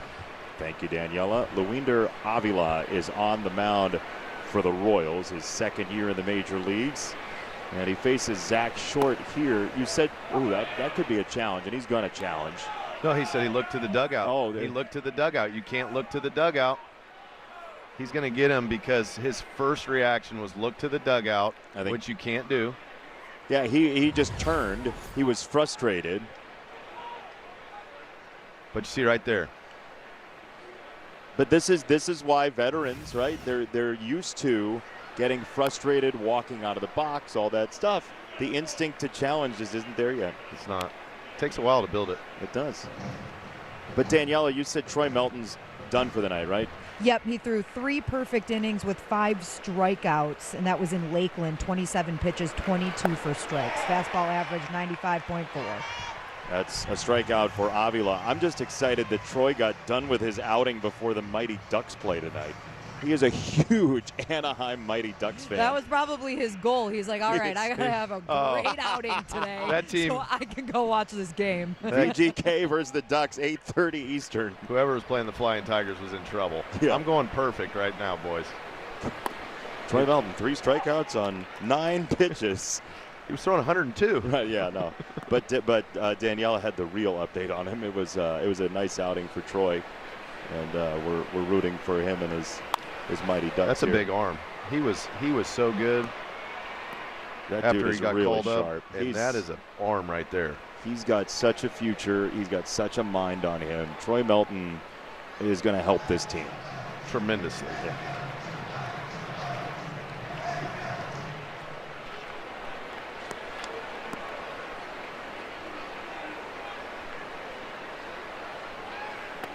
Two misses from Avila, 1 ball and 2 strikes. He's given up 8 hits in 17 at-bats on his sinkers so far this year, and 3 have been doubles. As the 1-2 to Vierling is a slider hooked down the left field line and fair. Into the corner it goes, and St. Louis's finest has a 1-out double. Here we go. Set it up for little insurance runs. Slider out over the plate. Vierling goes down and gets it. He's such a good athlete in the box. He's got one of the better units of adjustability on the squad. He can hit a variety of pitches in all different locations, man. Units of adjustability? Yeah, units of adjustability. It's my favorite band. Just saw him at the Sphere. I was trying to think of something to say before adjustability, and nothing other than units seemed reasonable. That was the most reasonable thing that there was. And this is right here, though, is a good matchup for McGonigal. After facing a lefty all day, get the righty to come in. He's giving up hits on the sinker. Fastball lifted to left. Isaac Collins makes the catch, and we get a message from Rally House, Michigan. The season starts at Rally House. From jerseys and hats to tumblers for game day, it's where outrageous selection meets every fan's style. 3 units of run-scoring plays for the Tigers tonight. Colt Keith has it bad. He's going to hit for Jahmai Jones. It comes in different clumps. Every clump is a unit. Okay. Units of adjustability means he can adjust to a lot of different varieties of pitches. Pitches being the units. You multiply that by the varieties times the outcome probability, and that equals the units of adjustability. It's an easy equation, Jason. No, I actually understood it at the beginning. Now I'm a little hazy. But that guy right there is good at baseball. That's what it boils down to. That's what you mean. Yeah. He got to a pitch that he wasn't necessarily looking for. Because he's adjustable in the box. And there's different units. And Right. levels. No, Levels? Would levels be a better word? Would you like levels of adjustability? There's different levels to this thing, too. The scariest part is a lot of us understand you, which means that you've broken our brains over the course of 2+ seasons. It's ball 1 to Keith. But again, A.J. Hinch knows that the left-hander in the Kansas City bullpen, Lynch, who's been used quite a bit 3 of the last 5 days, and then Strom is in a different circumstance where they'll likely use him with the lead. Yes. To protect a lead. So you spill out the left-hander here to try to add to this already standing 3-1 advantage as Keith takes a strike there. And it's with the DH spot in mind, so you're not affecting your defense. Correct. Well played. That's why McKinstry got the at-bat earlier, so he can go play second. Shore up the defense with the lead. Now try to add on to the lead in the DH spot. He's found himself in the hole here, 1 and 2. He saw the fastball and he saw the slider so far. There's a sinker, 2 balls, 2 strikes on Colt.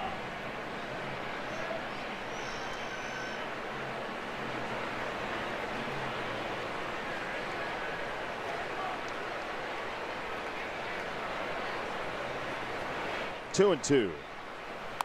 Outside, good take, 3 and 2. It had too much run on it. Got to come to him now.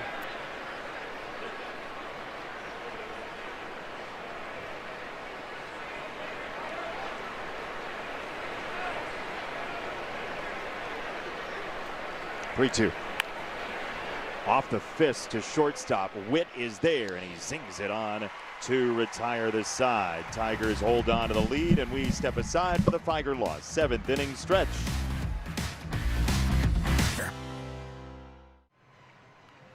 So Kader Montero in the 6th inning ends up with a runner at second and 2 out off this double from Bobby Witt Jr. He had a notion for 3, possibly. He checks up there.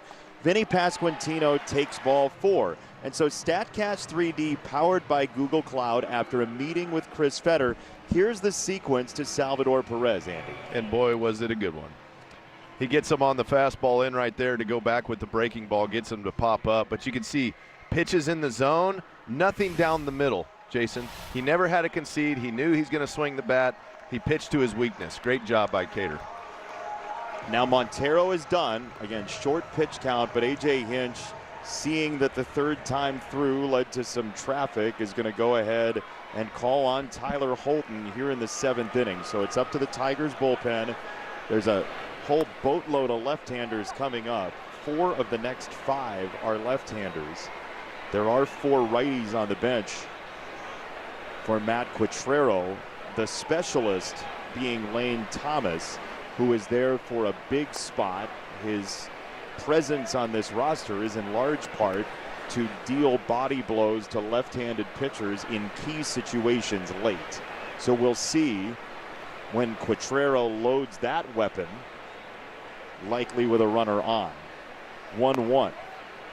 But playing it a little bit forward, A.J. Hinch brings in the lefty, which then forces Quatrero to use Thomas in a spot, and then you can pair him with a right-hander later if this game gets hairy further down the stretch. That one skips away, 2-2. All of that, the bedrock is Tyler Holton's got to throw strikes and got to navigate his way through this portion of the order. It's quality pitches. Holton's a guy that relies on command. He's got a pretty good breaking ball to lefties. Likes to throw his cutter and his sinker, though, to a lefty. He'll throw it on the outside corner and bring it back. There's a sweeper, and he just missed it. McKinstry is out, fading over to make the catch for out number one. That was Chansey, and Zemak handled it beautifully. That's that defense we talked about. You know, McKinstry's very good with the glove. He plays outfield as well. He goes back. He was so confident he called it off pretty early. And Winslow Perez was playing very deep off the bat. There was no shot for him. So McKinstry takes charge and makes a great play. That's the kind of defense the Tigers are going to need to play throughout the rest of the season, Jason. You got to play good D. It's one of the spots that they've worked on to try to improve so far this year. They've been good at it in years past. And that's where nobody's going to pity the Tigers about injuries. But when you do have 14 guys on the injured list, there's going to be some slippage in places. Yeah. McKinstry, yes, he made an error in his first game back on the Fromber game that went sideways. Yeah. But Zach McKinstry generally is going to be a plus for this team defensively and give you flexibility, which A.J. Hinch requires as a manager with the roster that he has. Yep, go make plays. He's a good athlete, good baseball instincts. 2 strikes to Caglione, and a tester to the corner, misses. 1-2.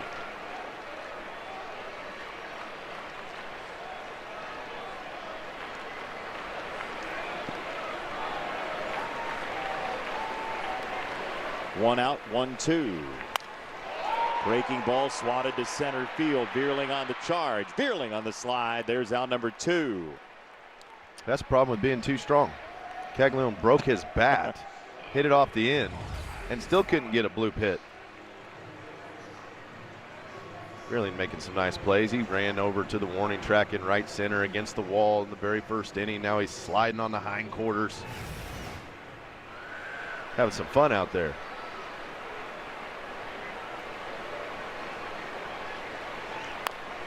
So those are 2 plays at points in the homestand that are the types of plays that didn't get made. Yep.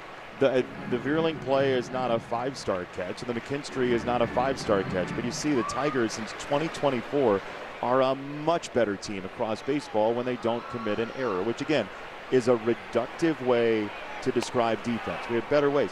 But that is so striking, you have to show it. For sure. It is a big part of the DNA of this franchise right now, that if they catch the ball, they're going to win a lot more games. Mm-hmm. 0-2 is clipped foul by Collins. That's a massive difference in winning percentage. Well, a lot of these lineups, the way they're stacked too, there's some guys that have tons that can do damage, and there's pockets of those. Every error, you get one step closer to that pocket again. And how many times do you want to navigate 2, 3, 4 in some of these orders? It's a great point. Well, not a lot. I'd like to keep it to a minimum, but the more chances those guys get, the more damage they're going to do. 0-2 changeup. It also goes to, you know, we've never had a bullpen here in the last couple of years that's a big swing and miss bullpen. A lot of pitch to contact. So when you're pitch to contact, that's even more magnified when you make an error. To the cutter, strike 3. There's your contact. To the 8th. Do is win. Tigers baseball on Detroit Sportsnet is brought to you by Westside Windows, local and family owned, celebrating 82 years as Michigan's leader in replacement windows. By your Metro Detroit Buick GMC dealers, and by Figer Law. All we do is win. See that drone shot? Andrew Blaustein, our director, got his pilot's license just to get us that drone shot today. That's cool. From overhead. Yep.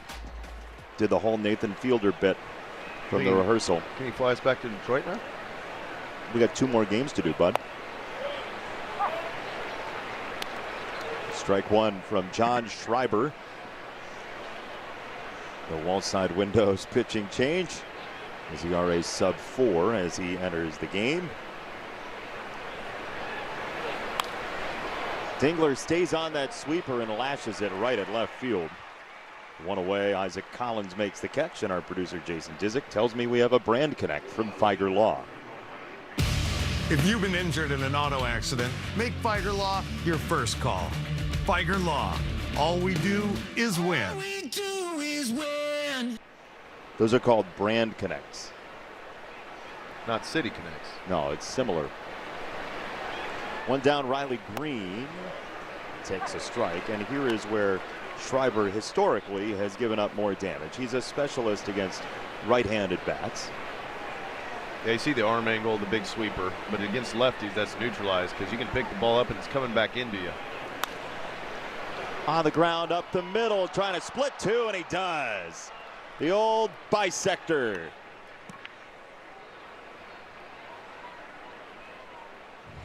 And he's going full field goal good. It's good. 3 points.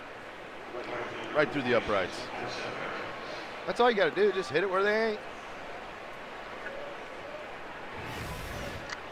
Riley doesn't hit even when he doesn't hit it good, it still goes. You notice that? Like it still like gets through there. It's that bat speed he's got.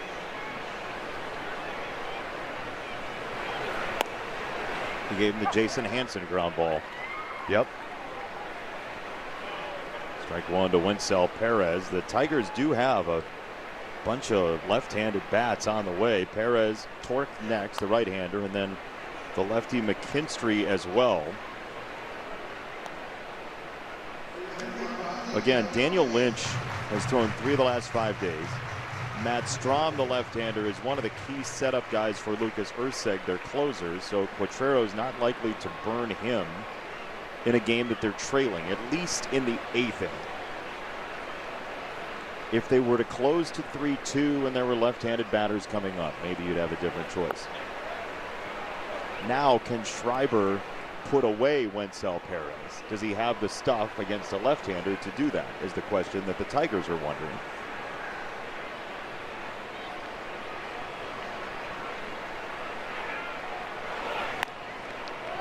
He's searching for it right now. Yeah, he's trying to figure out a way to get him out, because if Winslow's not going to chase at that pitch down, he gets into a little bit of a bind. Maybe try to backdoor a sweeper. You got to get tricky. But Winslow's going to look for the ball up. He does not want it to touch the dirt like that one and then attack. But if it starts lower than that, Jason, he's going to let it go. It's a ball, basically. Yep. Yeah. That's why he tried to go up with the heater to see if he can change the eye level a little bit and see if he can, you know, mess with those retinas.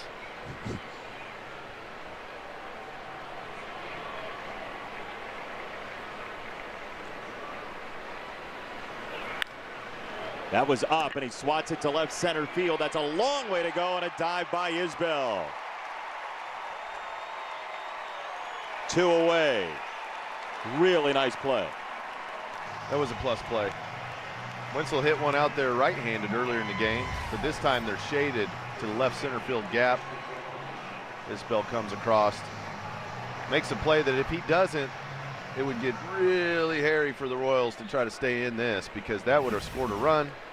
There would have been a runner at second, but instead keeps it to a 2-run ball game, keeps that runner at first.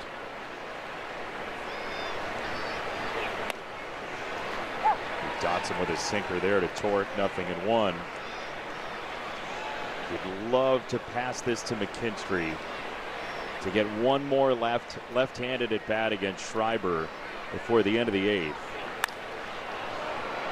Right center field, Isbell turns tail over the shoulder. He makes an awkward catch, but a fine catch. Is there any hits left in the big leagues? He went to his right, he dove and made a play. This time he goes over the shoulder. Isbell keeping the Tigers only up 2. Affordable quality. Tigers baseball on Detroit Sportsnet is brought to you by Comerica Bank. Trusted banking for 175 years. By your local Toyota dealer. For all Toyota offers, visit Toyota.com. And by Menards. Save big money at Menards on all your home improvement needs. Tigers have played great team baseball so far tonight. 3-1 in the bottom of the 8th inning, and Kyle Finnegan is on to try to pick up outs Number 22, 23, and 24 are Wallside Windows pitching change. Finnegan has been ultra reliable. His first pitch is a strike to Michael Massey. And the fun of Finnegan is that he can be a neutralizer to right-handers and left-handers. He gets two left-handers here, and then the right-hander Garcia before Witt. Left side base hit. Massey up the alleyway on a backhand for Vierling. Massey has a leadoff double in the Royals' 8th. That's the first time this crowd's got on their feet tonight. See the split, he reads it out of the hand, punches it the other way. I didn't even realize how many people were here until that. I looked up and all of a sudden there's a lot of folks in the stands. 29,000 plus, 5% of which are related to you here on fireworks night. Isbell, the 9-hitter with Massey at second. Isbell clips it foul off his body. It's a foul ball.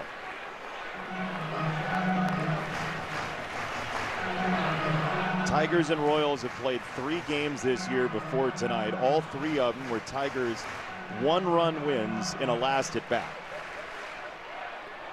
So it would be fitting for the Royals to be in this very spot to try to put some game pressure on the Tigers.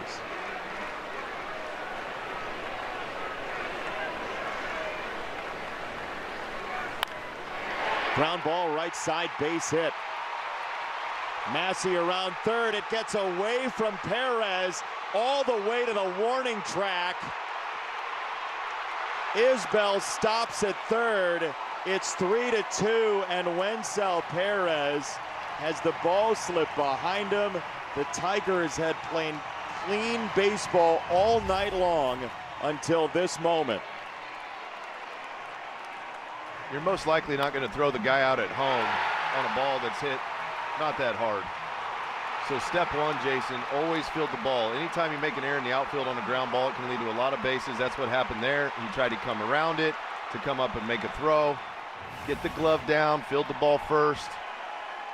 Now they're in a jam. They bring the infield in with the tying run at third. And a contact hitter in Garcia who ties the game just like that. That is unreal. 3 straight hits on 5 pitches for a 3-3 tie. Man, oh man. They got to keep playing here. That splitter's just staying up in the zone out of the right hand of Finnegan, and they're all over it. Chris Fetter's going to come and have a quick talk, try to get the momentum shift slowed down. The crowd all of a sudden got into it. The Royals are feeling it. But anytime that split hangs up, it's a lot easier offering on a hitter than the 4-seam fastball up. He's really good when he's 4-seam fastball at the top rail, the bottom rail, and the split at the bottom of the zone or below the zone. If it hangs, then you got an 88-mile-an-hour ball that's just kind of floating down the middle. Now you have one of the shimmering young stars in all of Major League Baseball, Bobby Witt Jr. And most of these fans are leaving with a bobblehead of Bobby Witt Jr. and Vinny Pasquantino playing rock, paper, scissors as they do after home runs tonight. Witt is the batter. First pitch is a strike.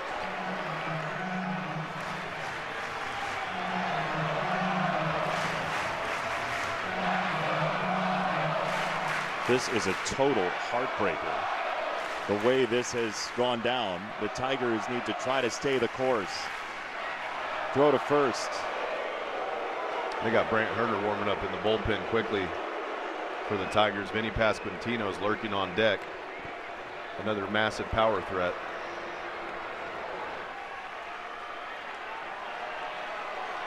Witt is one of the fastest players in baseball. Even a ground ball isn't a guaranteed double play.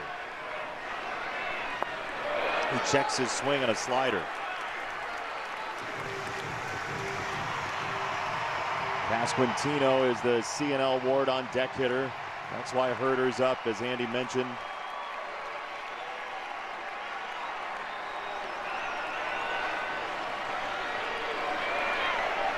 1-1. Whit fouls it back, straight back, 1-2. The crowd here hanging on every pitch. Foul ball, they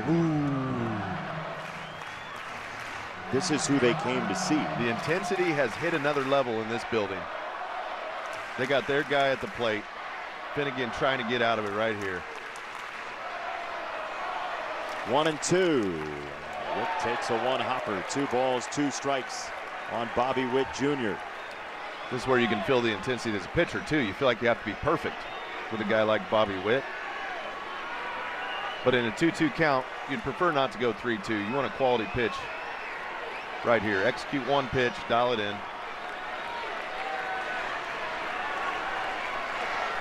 Two and two.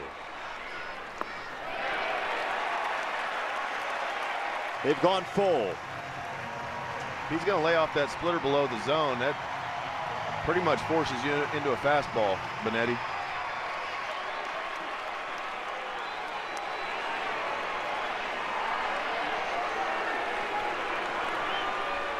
Against a guy who can slam dance on anything. Yep. But fastballs in the zone were his specialty last year. 3-2 with the chant of Bobby ringing through the big K.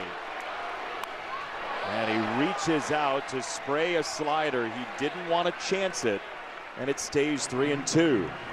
It's a good pitch from Finnegan. He has not felt the split so far. Slider's his second best secondary pitch.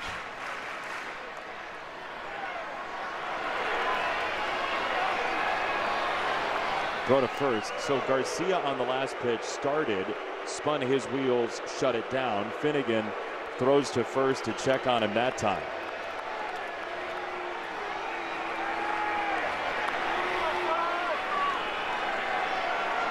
Three and two to Witt. Called strike three. He's going to challenge. It's either strike three or ball four. ABS challenge powered by Figer Law, and it is ball four.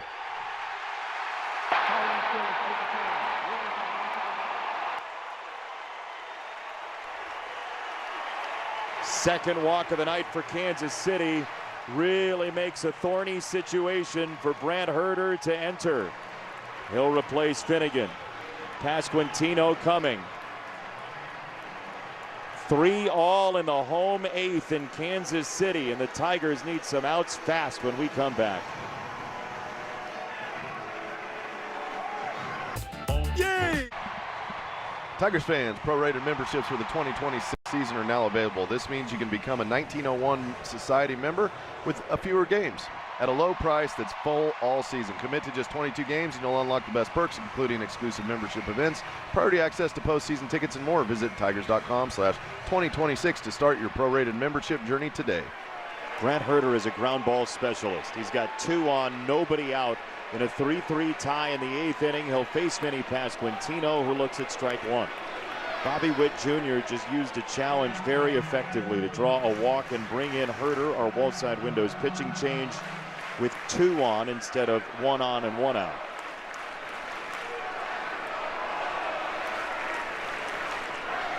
Oh, 1. On the ground to first base. Torque to second. 1 there. Back to first. Herter's there to cover. Double play. Exactly what Brant Herter wanted. That is why he's clutch in these situations. The big lefty has a sinker ball that gets hitters to put it on the ground. Torque initiates it on the backhand. Nice job coming across, and what a good job by Brant Herter, the big guy, to get over to first base, secure the bag, and catch the baseball. I mean, that's a basketball power forward whose first highlight on Huddle is a shot block in his basketball career. Salvador Perez. First pitch almost hit him. Or did it? Very close. Talking to Dexter Kelly, the plate umpire. Kelly had his hand up in the air as if to say dead ball for a moment, but it is just ball 1.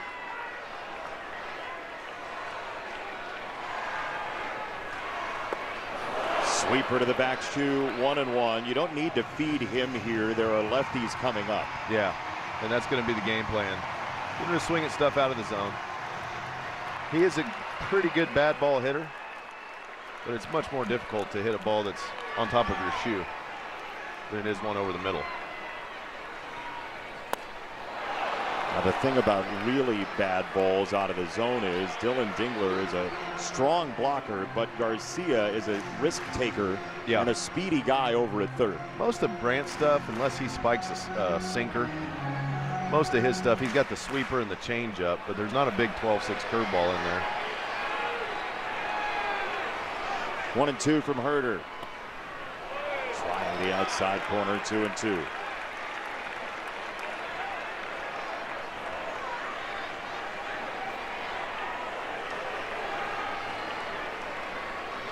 Royals have tied the game here in the 8th.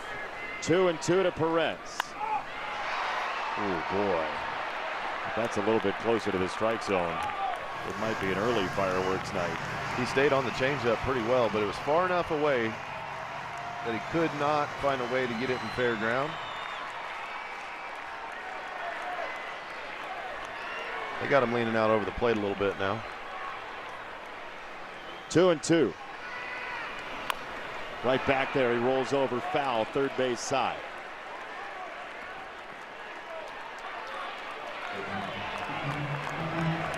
The Royals have Lucas Urseg, the closer, up in their bullpen for a possible lead in the 9th, or maybe even a tie game in the 9th to hand it back to the offense. 2-2 from Herder to Salvador Perez. Who's going to swing at that ball, if it caught the dirt or not? He's in swing mode right now, but if there's a guy that can hit pitches and touch pitches that aren't strikes, he's one of them. He hit that off his back foot. You don't see that often. That was Vlad Sr. right there. That was Vladimir Guerrero Sr. Yeah.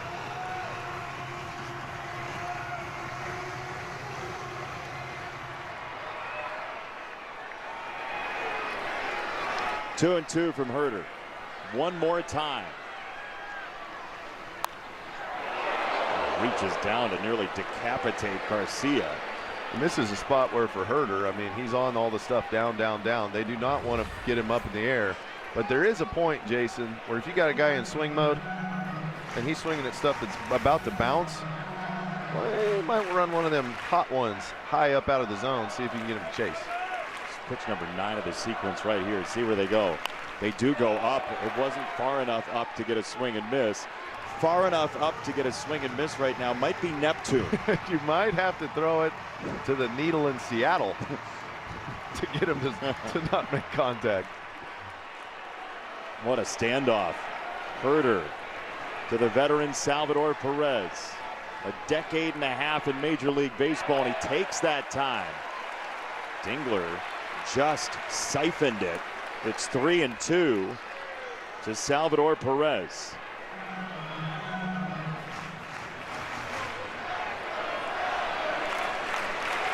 Pitch number 11 from Herder to Perez. Here we go.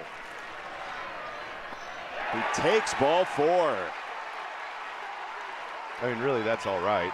You got the lefty on deck. Coming up.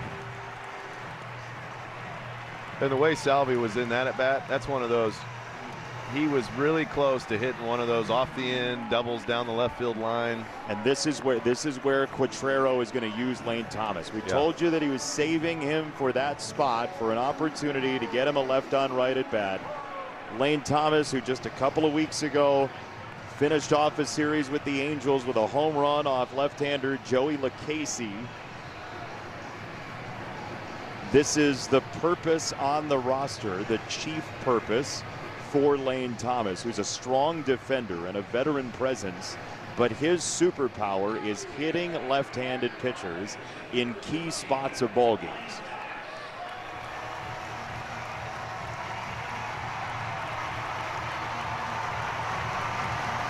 He's had a pretty discerning eye too this year. Hasn't struck out a ton against lefties.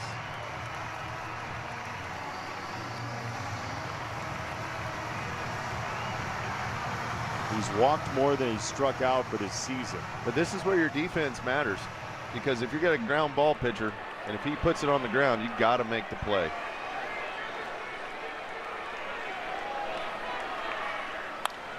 He does put it on the ground. It's McKinstry giving ground to throw him out, and Brant Herter does a marvelous magic trick in the dark. Or online. We have no idea how this game's going to end, but we have some idea of how tomorrow's game's going to end. We do it backwards sometimes. It's tomorrow's headlines today. The Madden Cruiser. Ty Madden, no runs on 80% fastballs, including that cutter, which is kind of slider-ish. But a lot of fastballs in his first outing, which is great.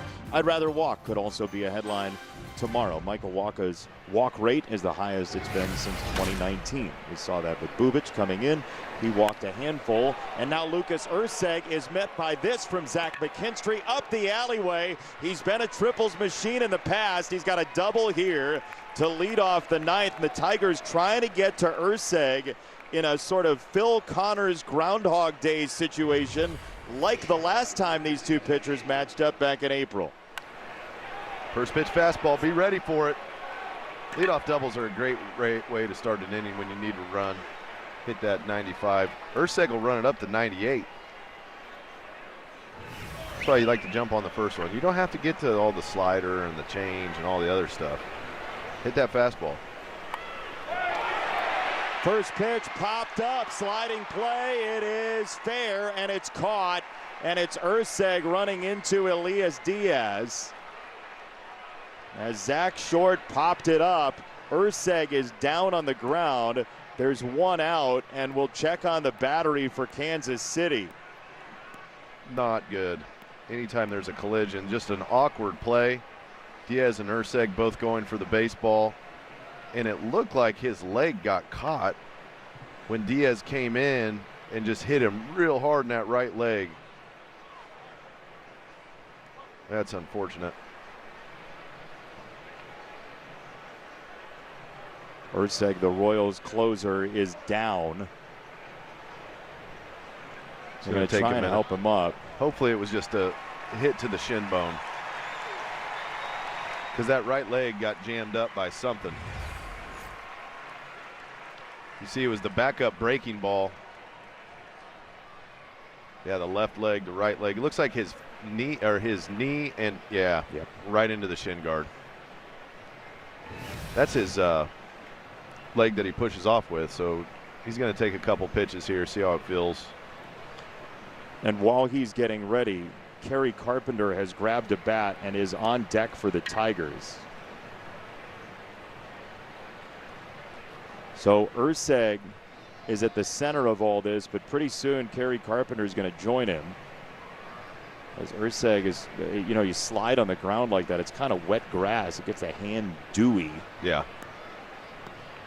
Got to freshen up a little bit. That was a pretty hard contact play. His right leg going into Diaz's shin guard, both his legs. So we'll see how he feels. He'll throw a couple. He's got to get the dirt out of his cleats real quick. Yeah, it looked like right leg's feeling strong there.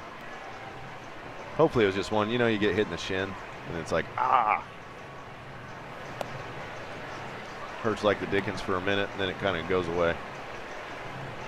Well, the Tigers are hoping that maybe he just gets a little bit erratic, as he did at Comerica Park. It was the same situation. It was Montero versus Bubic. The Royals had come storming back in the game. They took the lead with 6 runs in the 7th. They added one in the 9th to go up 9-7. But the Tigers scored 3 against Erceg on a Gleyber Torres single, a McGonigal walk. Riley Green, Colt Keith, back-to-back base hits to give the Tigers the win. So it is a similar situation. Kerry Carpenter saw him in the 9th inning and struck out on 3 pitches in that game at Comerica Park. So the instinct to possibly think about walking Carpenter probably wasn't there anyway, with left-handers following. But Erceg does have a history recently in taking care of Kerry Carpenter. The Royals do not have a whole wheelbarrow of players on the IL, but one of their bullpen pieces, Carlos Estevez, just had another setback while he's on the injured list. Urseg is their closer, and he has a runner at second and one out in the ninth.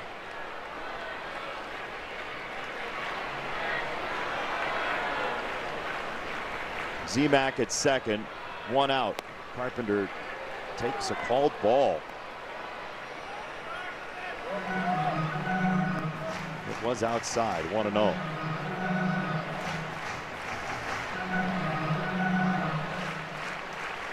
Carey uses an early timeout. Looks like Diaz has a pitch comm issue. Oh, that's what it is. So Diaz, it needs another pitch comm. So that was not Carey's timeout. Diaz was fooling around with his pitch comm. After the contact, it seems like it is broken. There's not a better word for broken. It's on the fritz. Still can't think of another word better than broken. Excuse me, sir, your pitch comm is running. Oh, it is.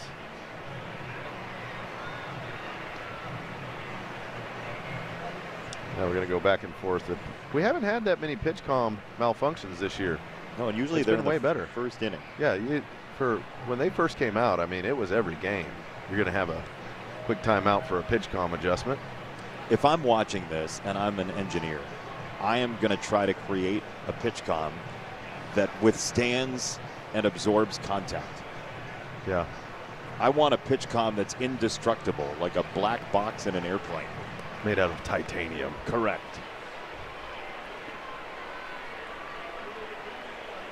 Looks like we're ready. McKinstry at second, Carpenter at the plate, Lucas Urseg, the flamethrower, on the mound. The 1-0, couple long delays. You wonder what the rhythm's like for Urseg after the collision than this. Not good now. You couldn't imagine it being what he wants it to be. You know, he's standing around on the mound, checking his leg first, and now he's got to wait for the pitch comm, and you see the first pitch, second pitch to Carpenter, way out of the zone, up and away. 2-0, Carey pops it up. Right-hand side, Jack Caglione makes the catch.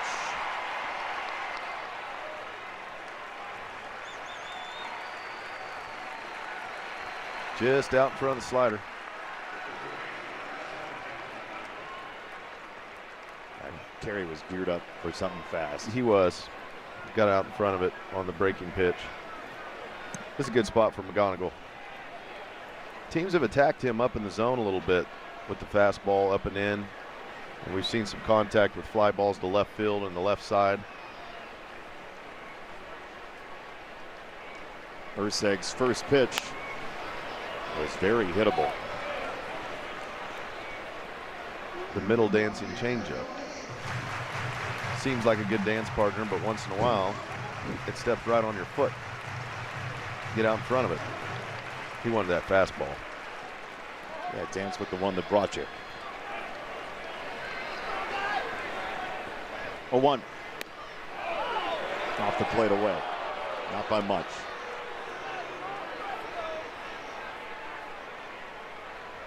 Go ahead, run at second.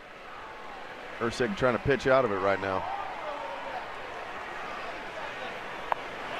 2-1. Remember, he walked McGonigal as part of that 3-run walk-off for the Tigers in the last of the ninth at Comerica Park.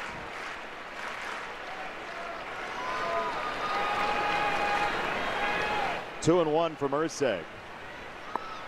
He takes another slider. Now, do you come at the rookie with a fastball? If so, it's got to be elevated, right?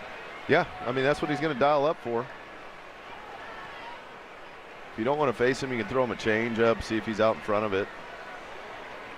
But he is seeing the slider right out of the hand. I mean, both of those takes were strong. Those are pitches you can swing and miss at. It looks like McGonigal saw him the instant it came out of the right paw. He swung through a changeup, 3-2. And this is big league pitching. They're pitching around him and trying to prey on some aggressiveness here.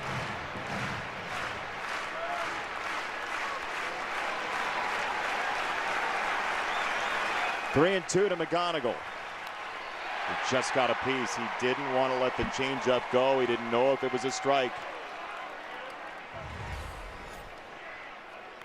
Yeah, that changeup's moving a lot, too. That was almost in Diaz's glove. Yeah, started on the plate. Would have been a middle away fastball. Ends up off the plate by about 3 or 4 inches. It's a good pitch.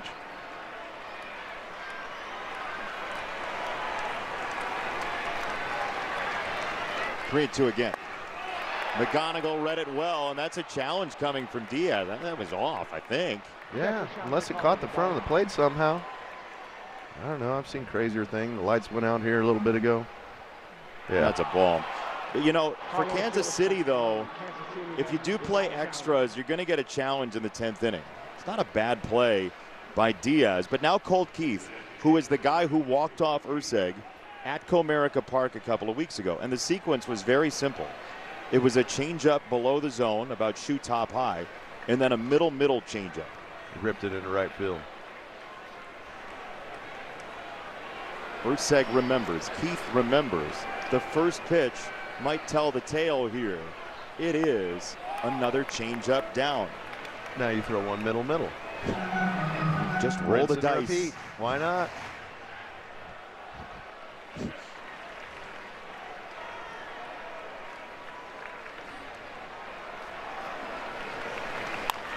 Oh, it's a slider that was up near his eyes, and he popped it up. Bobby Witt Jr. will leave it to Garcia, and the inning is over. Bottom 9 in a tie. Better lawyers.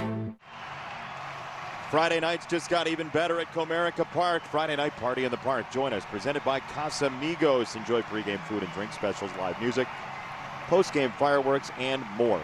Don't miss the fun. Visit tigers.com/party to learn more.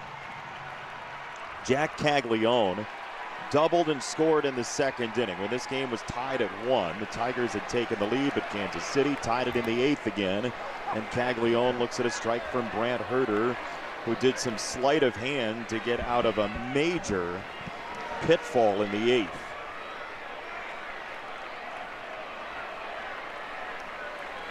Swing into his 0-1 and a chopper foul.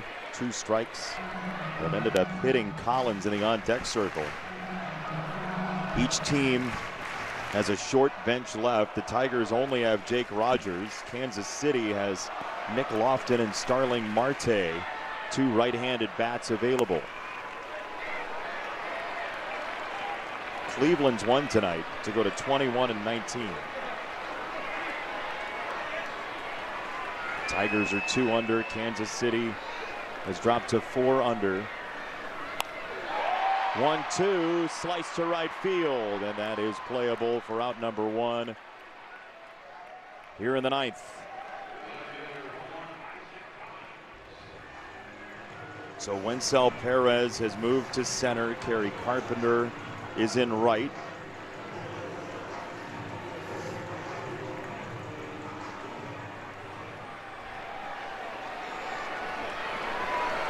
Isaac Collins, the batter.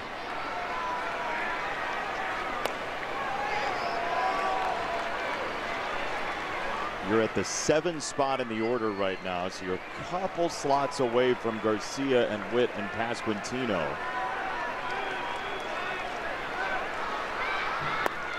Two 2-0 on Collins.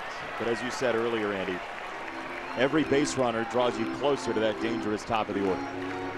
Keeps trying to suck you into the void of the damage doers.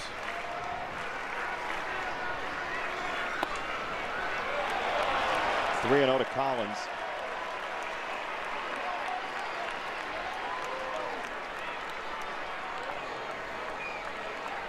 Couple lefties. Collins is a switch hitter, and then you got 2 more lefties. You'd figure Herter will stay in.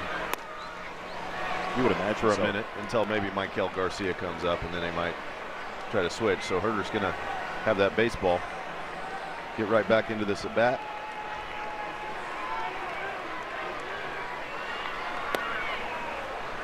Leisurely a strike on a sweeper, 3-2. The crowd reacts, but they can't challenge. Wouldn't that be something? Ask the audience. 3-2. That's strike 3. Yeah, he got him. 2 down. That's how you come out of a 3-0 deficit. Painted a heater, sweeper on the back door, painted another sinker. No big deal. They're going to hit for Massey. Lofton for Massey.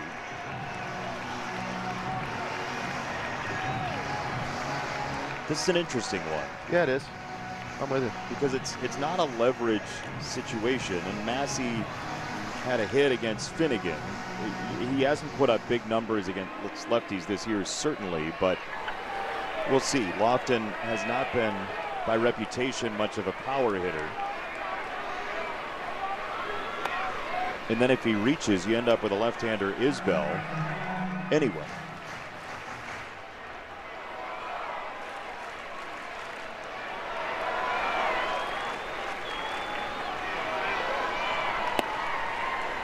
That's a strike that they fished out over the inner third, 1-1. The Tigers in a prospective 10th would have Dingler, Green, and Perez coming up.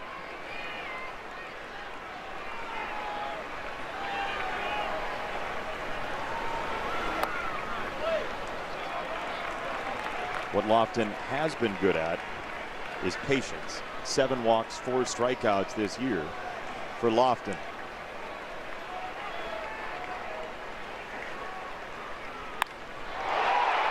In the air, left center field. Green will watch it bounce off the wall and turn into a double.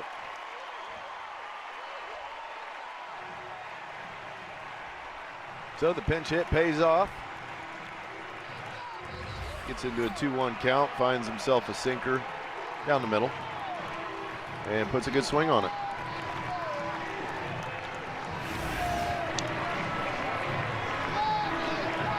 They got the winning run, standing at second.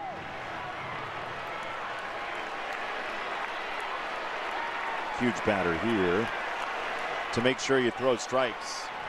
You have the right-handers coming next, Garcia and Witt at the top of the order.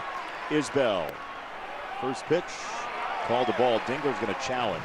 Tigers have 2 left. That's really no harm at all. Yeah, you got to go for it there. Good idea by Dingler. Looks like it might be just off, and it is. So it is a ball. The Tigers have 1 remaining. Again, if you get to extra innings, you get 1 back. Yep. If you have 0, you don't get to add on to put it to 2, but you'll have 1 in your pocket regardless. 1-0 for Isbell. Slice toward third. That's a base hit. Lofton's around third. He heads home, and the Royals walk it off. Again, the bottom of the order stings the Tigers in the 8th and the 9th tonight. And it's Kansas City 4, the Tigers 3. Another final at bat, 1-run game in this series. He's kind of lost his sting when you get a starting pitcher in Cater Montero who goes out and does a fabulous job. Pitched his tail off, gets into the game. Then you have a little bit of that defensive mishap played, rearing its ugly head once again in a ball game where you got to play clean baseball. The Tigers were unable to. The wheels fall off from there, and the Royals are going to go home winners, and the Tigers are going to have to continue to try to find answers to shore up the defense. 4-3 your final score. This is a tough one.